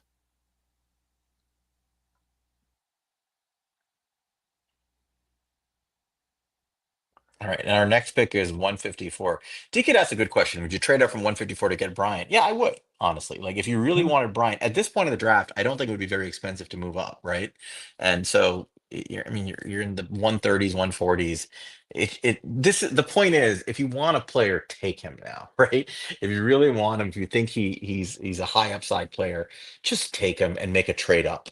It shouldn't be hard to move up at this point in the draft. People will take whatever, right? You can package picks, you can give up a future pick, whatever you want to do. You can trade a player. Um, I would be intrigued if we had gone earlier on edge rusher by trading Kayvon Thibodeau here. Um, Mhm. but we didn't do that, so I'm not inclined to trade him in this scenario. But I'm fine with trading up to get to get a guy like Pat Bryant if that's how it shakes out. If you really want to secure a wide receiver, I don't think where we're picking here is going to stop the Giants from getting their guy if they really want one. Yeah, I agree. So if anybody has some names, feel free to shout them out. I see Alex threw one there because there's I'm going to scroll down and feel free as well, Sal. If you see anybody as I'm scrolling here, you want Yeah, to go through the names. I'm sorry. yeah, there's I'll just shout some guys I see: Kobe King, Seth McLaughlin, Nick Nash. Hmm. You got your boy Kyle Monagane. You got Cody Lindbergh. You Denzel Burke, Danny Stutzman, another one you're a big fan of. Dorian Strong, he's a good corner. Uh, Jonah Monaheim, Emery Jones, uh, Tim Smith, Antoine Wells Jr., Jordan James, Taj Brooks. I think Yeah. maybe we'll get him next one, but I love Taj Brooks. Um, Hmm. Ajani Cornelius from Oregon, Ollie Gordon. So those some names there. Yeah. So Um, I think this is a good spot. Marcus Young. There's still some really good running backs on the board. I'm Yeah, willing to wait on I running agree. back here. Um, there are receivers here that I'm very curious about. The two that come to mind are Kobe Hudson and Nick Nash. Um, And let's look at this because there might be some other guys here. Let's see. And looking down a little bit, a guy that catches my eye further down the board. Guy I know we're both big fans of. Ricky White is very I far love down this board. I love Ricky White. Is Torrey Horton still on the board by any chance, or is he gone? I'm assuming he's gone, but he's someone I would seriously consider. I don't see him. Yeah, he's probably gone. All right. So we're talking about these guys, right? We haven't gone into a bunch of them, but we passed on Bryant, but really like very close in value to Bryant, a little bit smaller receiver, not quite the size, but very good against man coverage, good route runner, productive player, more productive than Bryant actually, is Kobe Hudson out of UCF. He had 47 catches this year. He did have 88 targets, so it wasn't a great percentage, but he lined up on the outside 233 out of 293 snaps, 770 yards, 16.4 yards per reception. That's a big number. He had 4 touchdowns this year only, but he had 8 and 7 in the previous 2 years, respectively. Had good production against some decent teams like TCU and Cincinnati. Didn't finish the year super strong, but had a good middle of the season. And where he's just kind of a good all around Z type receiver, moving around a little bit. Yeah, Kyron Lacy. The- he's going to be up there somewhere. That man should Um, be a Georgia Bulldog. yeah, is the other guy that we should consider is Kyle Williams. Is he on the board by any chance? Kyle Williams is a very underrated receiver out of Washington State. 6 foot tall, 186 pounds, a little bit lighter, but Don't see um, him. you don't see him. Is he gone? Seems that way. Okay.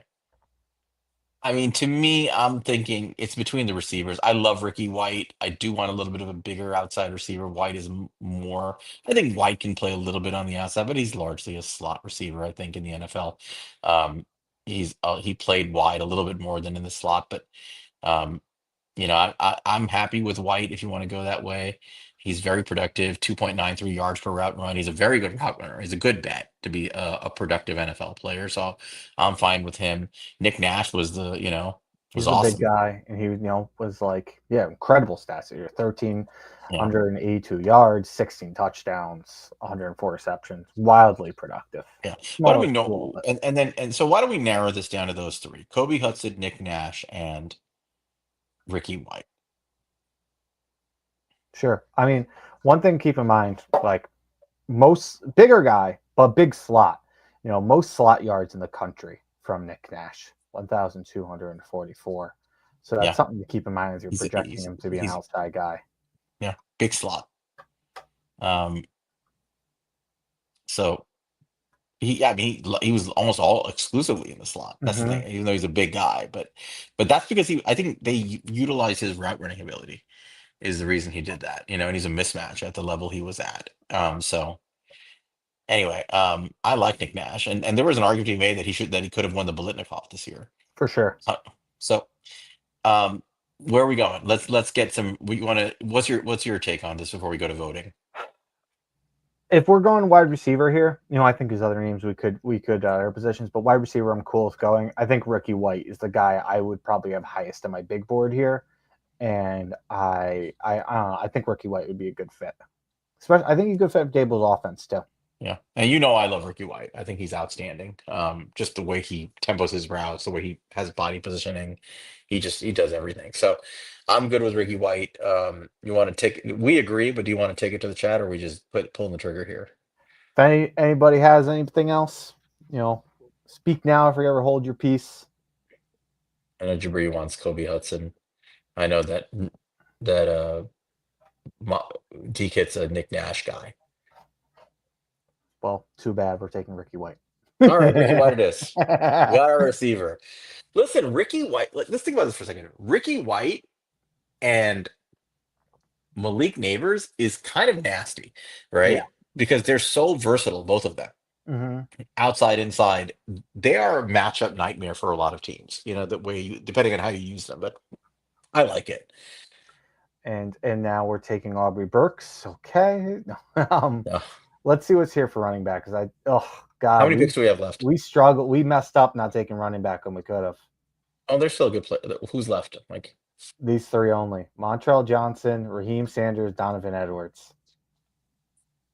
We messed up. That's okay. I what mean, are who are the wide receivers left? Did we really screw up badly? Let's see. Kyron Lacey, Zakarian Franklin. I mean, No, I mean we made it. We prioritized the need for a receiver to help our quarterback, but there are more receivers, I guess. But yeah, yeah. Oh um, well, we have. We don't need to do it this year. And I'll say in real life, I do imagine. This is such a deep class. I think there might be somebody we like here, but I mean, it's round 7. It is what it is, man. Sometimes there's not going to be the best options. You can't fill every hole. so you don't have to force running back here if that's the case, right? Hmm. You can take one of these guys. You can get somebody later. Um, you still have 2 picks, right? I'm kind of going BPA here, and let's look at. I mean, so there you go. There's a guy that I like, Ty Robinson. I don't think he'll be here at this point. I was going to go over Hmm. him for Rob. I doubt he's here that late, but if he was, I would consider him. Um, Let's say yeah, he's a uh, very good he's a good football player. I don't think he'll be Dylan here. Fairchild's an interesting one. Um, let's see, Smell Mondon Jr.,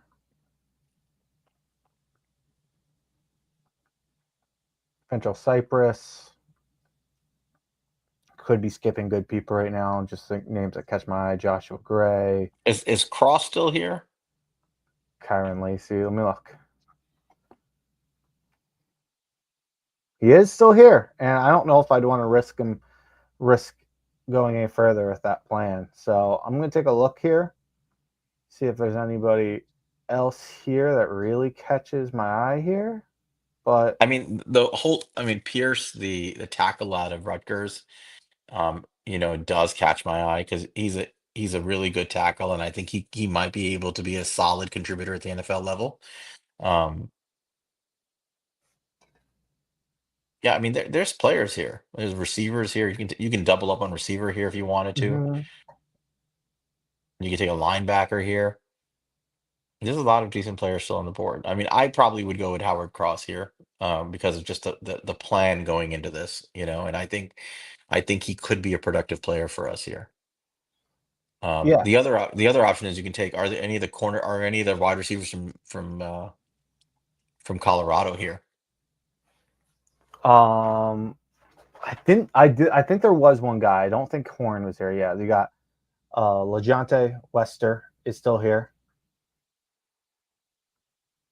Um, yeah. So I don't know. Do you want to just go Howard Cross and then our options will get limited down. We don't risk losing them, and then we'll see what we go with the So final so pick. DK has a good interesting idea. Pierce, then Cross, and UDFA running back, which is not a terrible idea. You get two O linemen in this class. He's a really good tackle. Um, I I think I would just take Howard Cross here personally because we already invested quite a bit into you know our line with the One pick guy of I'll throw out Ursary. here too on the line, Dylan Fairchild from Georgia. The guy that he's a guy that Goon put me on to. I saw him when we watched some of our Georgia line tape, but you know, state champion wrestler. You gotta love that. I mean, he's a goon. Are we He's a gonna do goon. one goon pick? Yeah, I'm still leaning Howard Cross here personally. What about you? If you want Fairchild, take him. But I Let's go think cross. yeah, whatever. Let's not risk losing them, blowing up our plan. Let's take them, and then we'll figure out what happens this round.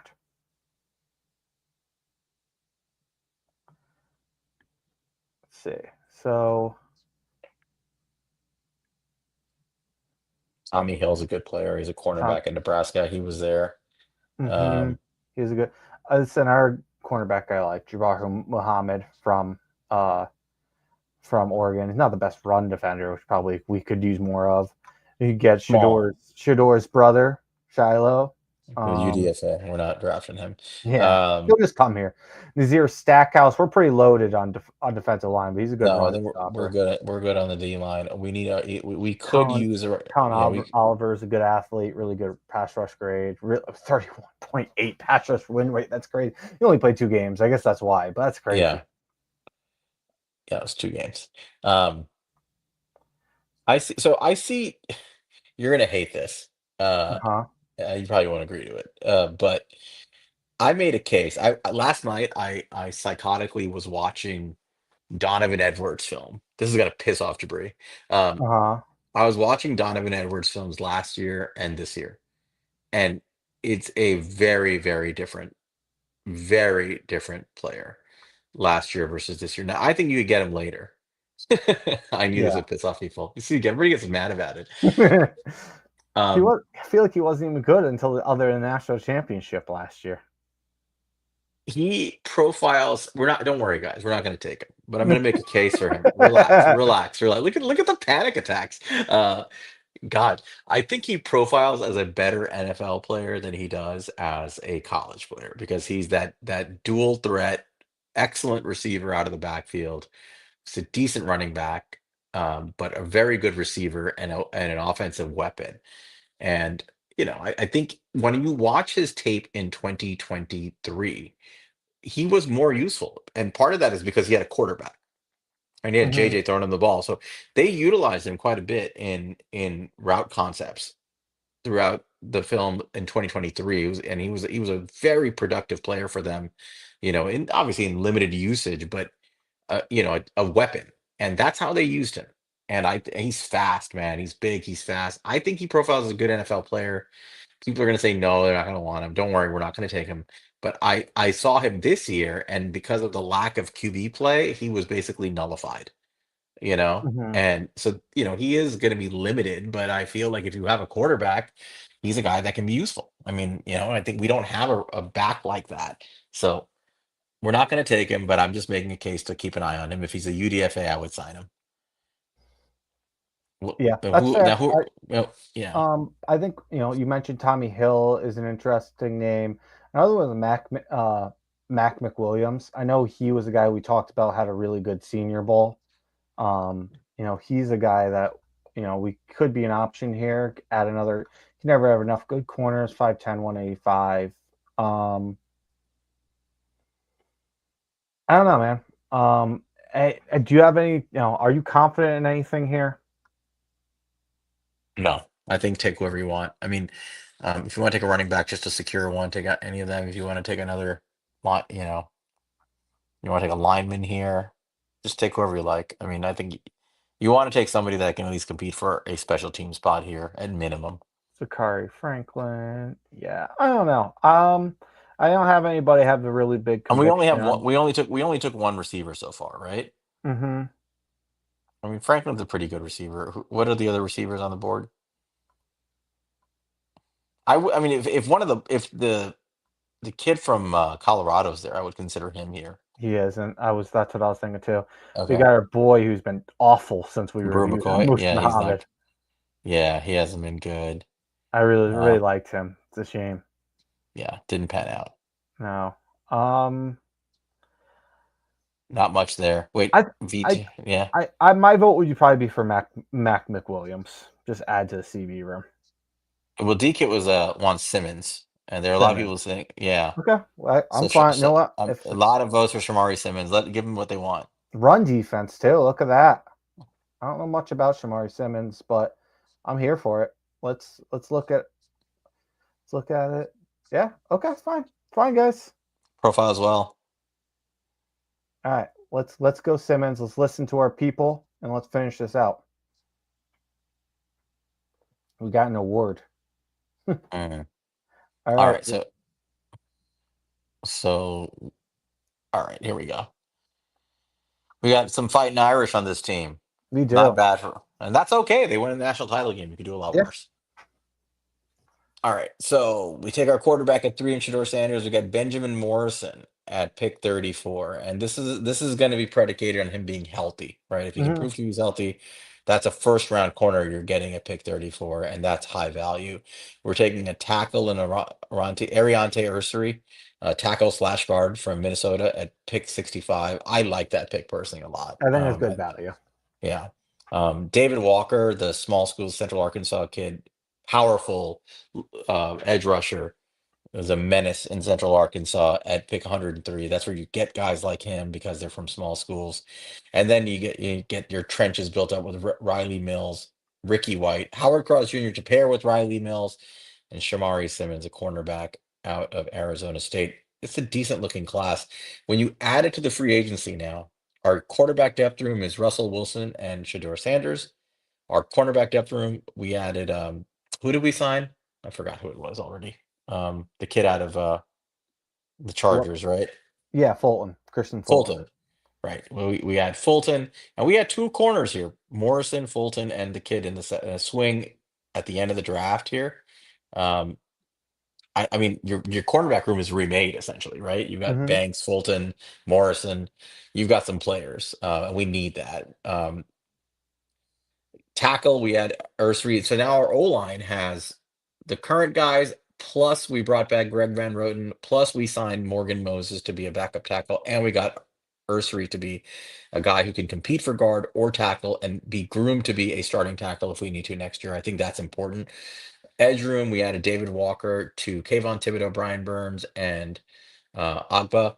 So you got your four edge rushers there. He can be a situational pass rusher, or he can even start. I think he has a chance to be a starter.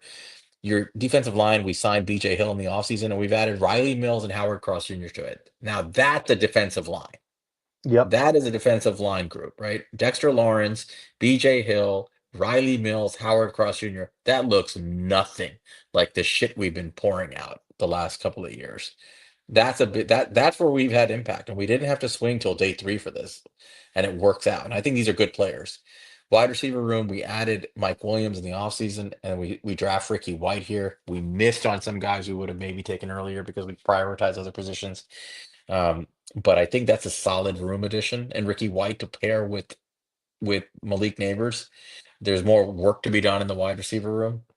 Um, I like it, man. Yeah. You could create the depth chart, and it looks very different, right? We might as well create the depth chart Yeah. here. Why not? But I mean, So let's look at it. So, quarterback room going into the season, we're looking at probably Russell Wilson, QB1 to start it out, and then Shador Sanders takes over whenever they feel he's ready. yeah, Running back room, we didn't really we get a did. touch.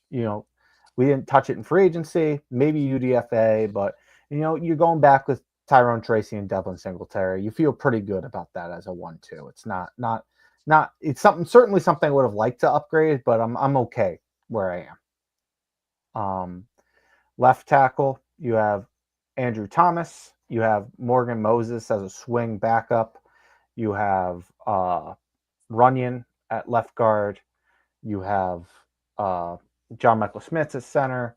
You have Evan Neal competing with Van Roten at right guard. And Jake Kubis is we on the team. And then we could put Ursary as a really competing anywhere outside of like left tackle. Even then, he could be a backup there. But Ursary and Illuminor, let's say, out at right tackle, you could have that listed that way. It's pretty good. And then edge rushers, you held on Kayvon. So we got Brian Burns, we have Kayvon Thibodeau, we have Emmanuel Agba, and we have David Walker. You added some real size there behind those guys, which I think was a huge need for us. And then interior defensive line, you went ahead, you added to Dexter Lawrence, you went BJ Hill. You had two really, really good starters there. And then you went ahead and add Riley Mills and Howard Cross from, one of the best defenses in the country. Two guys we're a big fan of, two guys that play off each other. It's a really good group. Off-ball linebacker, you have Bobby Okereke, you have Michael McFadden, and we threw around the idea of bringing in Dre Greenlaw. Might have not been our official plans, but something we tossed around as a potential idea. Cornerbacks, different, man. I mean, cornerbacks, you have hopefully Deontay Banks can bounce back this year. We'll see. But you added Benjamin Morrison, who I think could be a CB1 for you. Hopefully all those medicals check out and we can make a pick like that there. You added Shamari Simmons. We brought in Kristen Fulton. We bring back Cordell Flott. We have uh blanking on his name. The Kentucky corner. Andrew Phillips. Andrew Phillips. You have Andrew Phillips as your nickel. I mean, that's a pretty good room. That's a pretty deep room. And It's a room then that it's a room that has to compete to play, and that's correct. important. And then safety we didn't really touch. I mean, you have the pretty much the same names as you had last year there, and Tyler Newman hopefully takes the next step. Pinnock been a solid player for us. Dane Belton is another year experienced, and happy to bring in some more competition there. But did I miss anybody there?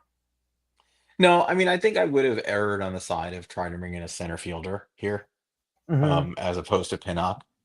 But Yeah. I can live with Pinnock. I think the problem with the secondary is less the safeties and more the front four.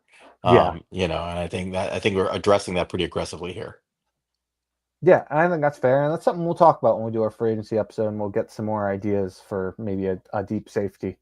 Now we didn't add a linebacker in the draft, but Jabri would like this. When we did our when we did our review of free agency, I want to throw $7 or $8 million at Dre Greenlaw, up to 10 Hmm. million.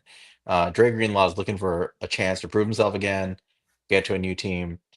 I'm paying up and I'm eating into the future money a little bit to get me Dre Greenlaw in here with Bobby Okereke.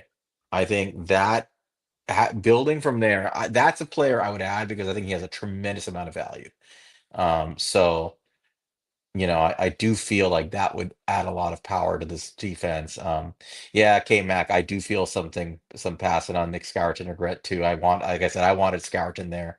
I feel like you got to go with your power edges and your power players up front, but I feel better about getting, Mills and Cross and Walker later because I feel like they really bolstered this defense. And, you know, Yeah, I'm good and with I it, and especially if you pay for guys like Greenlaw. I'm and very much pushing that agenda. and if Benjamin Morrison is healthy, like that's a guy who I would have been like okay trading down and getting when he Yeah, was I out. mean Like he, he's he's a true cornerback one, right? There's yeah. only D-Kid makes this point a lot. There's only like what 5, 6 guys who are real cornerback ones in this class that you could legitimately make that case for. Mhm. You got obviously Travis Hunter, Will Johnson, Sade Barron. That's three, and then you have Morrison, Ravel, and maybe Hairston, and they have not Trey Amos, and then the kid Mhm. out of Florida State. What is that? 8, maybe seven Yeah, or eight and, at and best. I I and I think think and I think you're getting shaky towards the end there. right. It's getting. I mean, Hairston is sort of like the line. I think right, and so. Um, Getting a true CB1 here is value in the second round, taking advantage of the injury if your medicals clear out, obviously. I think this is a good football team. I mean, I really think like this has a chance. It's not going to be a great football team, not right away, but you added real talent here that can develop, and you're not scholarshiping anybody. You're going to like on the D line.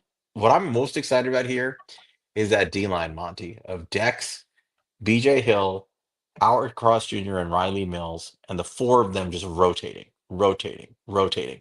That interior rotation just devastating teams. I'm a little bit disappointed we didn't get a power like a Nick Scourton here because I feel like that would have been the icing on the cake. But I can, we still have Kayvon, we still have Brian Burns, and now you've added a guy like Walker. You got to hope you can get something out of those three with an interior like that. And opened up to make a pick like Ursary there because like Maxwell Harrison's a guy I probably would have pushed pretty hard there in the around 3 if we didn't go Benjamin Morrison. So changed the whole draft, and I like how it ended up shaking out for us. Yep. All right. Um, 2 hours and 8 minutes in. So we Yeah, did a review of you spelled Landon wrong. It's Land in Jackson, not Lands in Jackson on the YouTube. oopsie, I'll fix it. You can fix it. But we did a review of Landon Jackson, who I like a lot, and Princely Umanmielen. Um, as the edge rusher. So if you guys want to get a chance to, if you didn't get a chance to watch it, go back and review that. We did our free agency, and I'll just, we just went through the guys we added plus the mock draft. It's not going to be our last mock draft. It's just our first go at it. And this is obviously going to change. It's good to do the exercise the first time because you get a feel for what you might have missed on. And I think if there's any regret, I think it's not taking that big, powerful D lineman and or edge rusher early on, like a Scourton who was there. But like D Kid said, the way we just drafted, kind of methodically, you've completely changed the Giants defense, right? And you've really and you've bolstered the trenches, the defense, got your quarterback that, again, whether I like him, dislike him, you like him, dislike him, doesn't matter. If the team likes him and they take him, they believe in him, you've transformed a lot. And you're giving that kid a chance to succeed. And if he fails, he fails. So I'm And happy with this.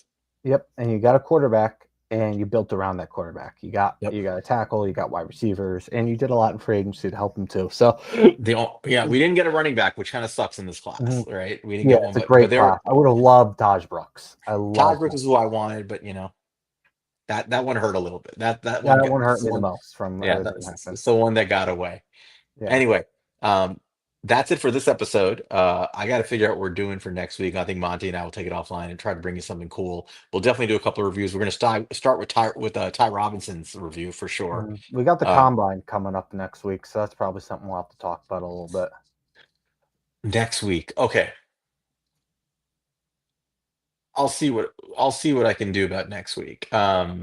I'm gonna be out of town, but I'll Okay, do my best. I'll do my best to if I can get something going. Otherwise, we'll have to do it the following week. no Um, problem. We can but always repost some of our yeah. combine talk last year. We went over the most important drills for guys and stuff like Yeah, that. yeah. Actually, this is good. I like these names. Elijah Roberts. Alex is the guy who brought him up a couple of days ago. He's good. He's really good. The SMU edge rusher. He's a power edge. He fits the mold. He's a really monstrous player. I posted a clip of him. Very impressive stuff. Um, and I think we should review him and Ty Robinson. How about that? Like one D tackle, one edge rusher there, Works for me. and continue our defensive line review. So let's do Ty Robinson and Elijah Robertson the next time we get one of these done. Maybe we'll do one earlier in the week if you're down for it. If you Yeah, guys are down, we can look into it. before the combine and before I get out of town.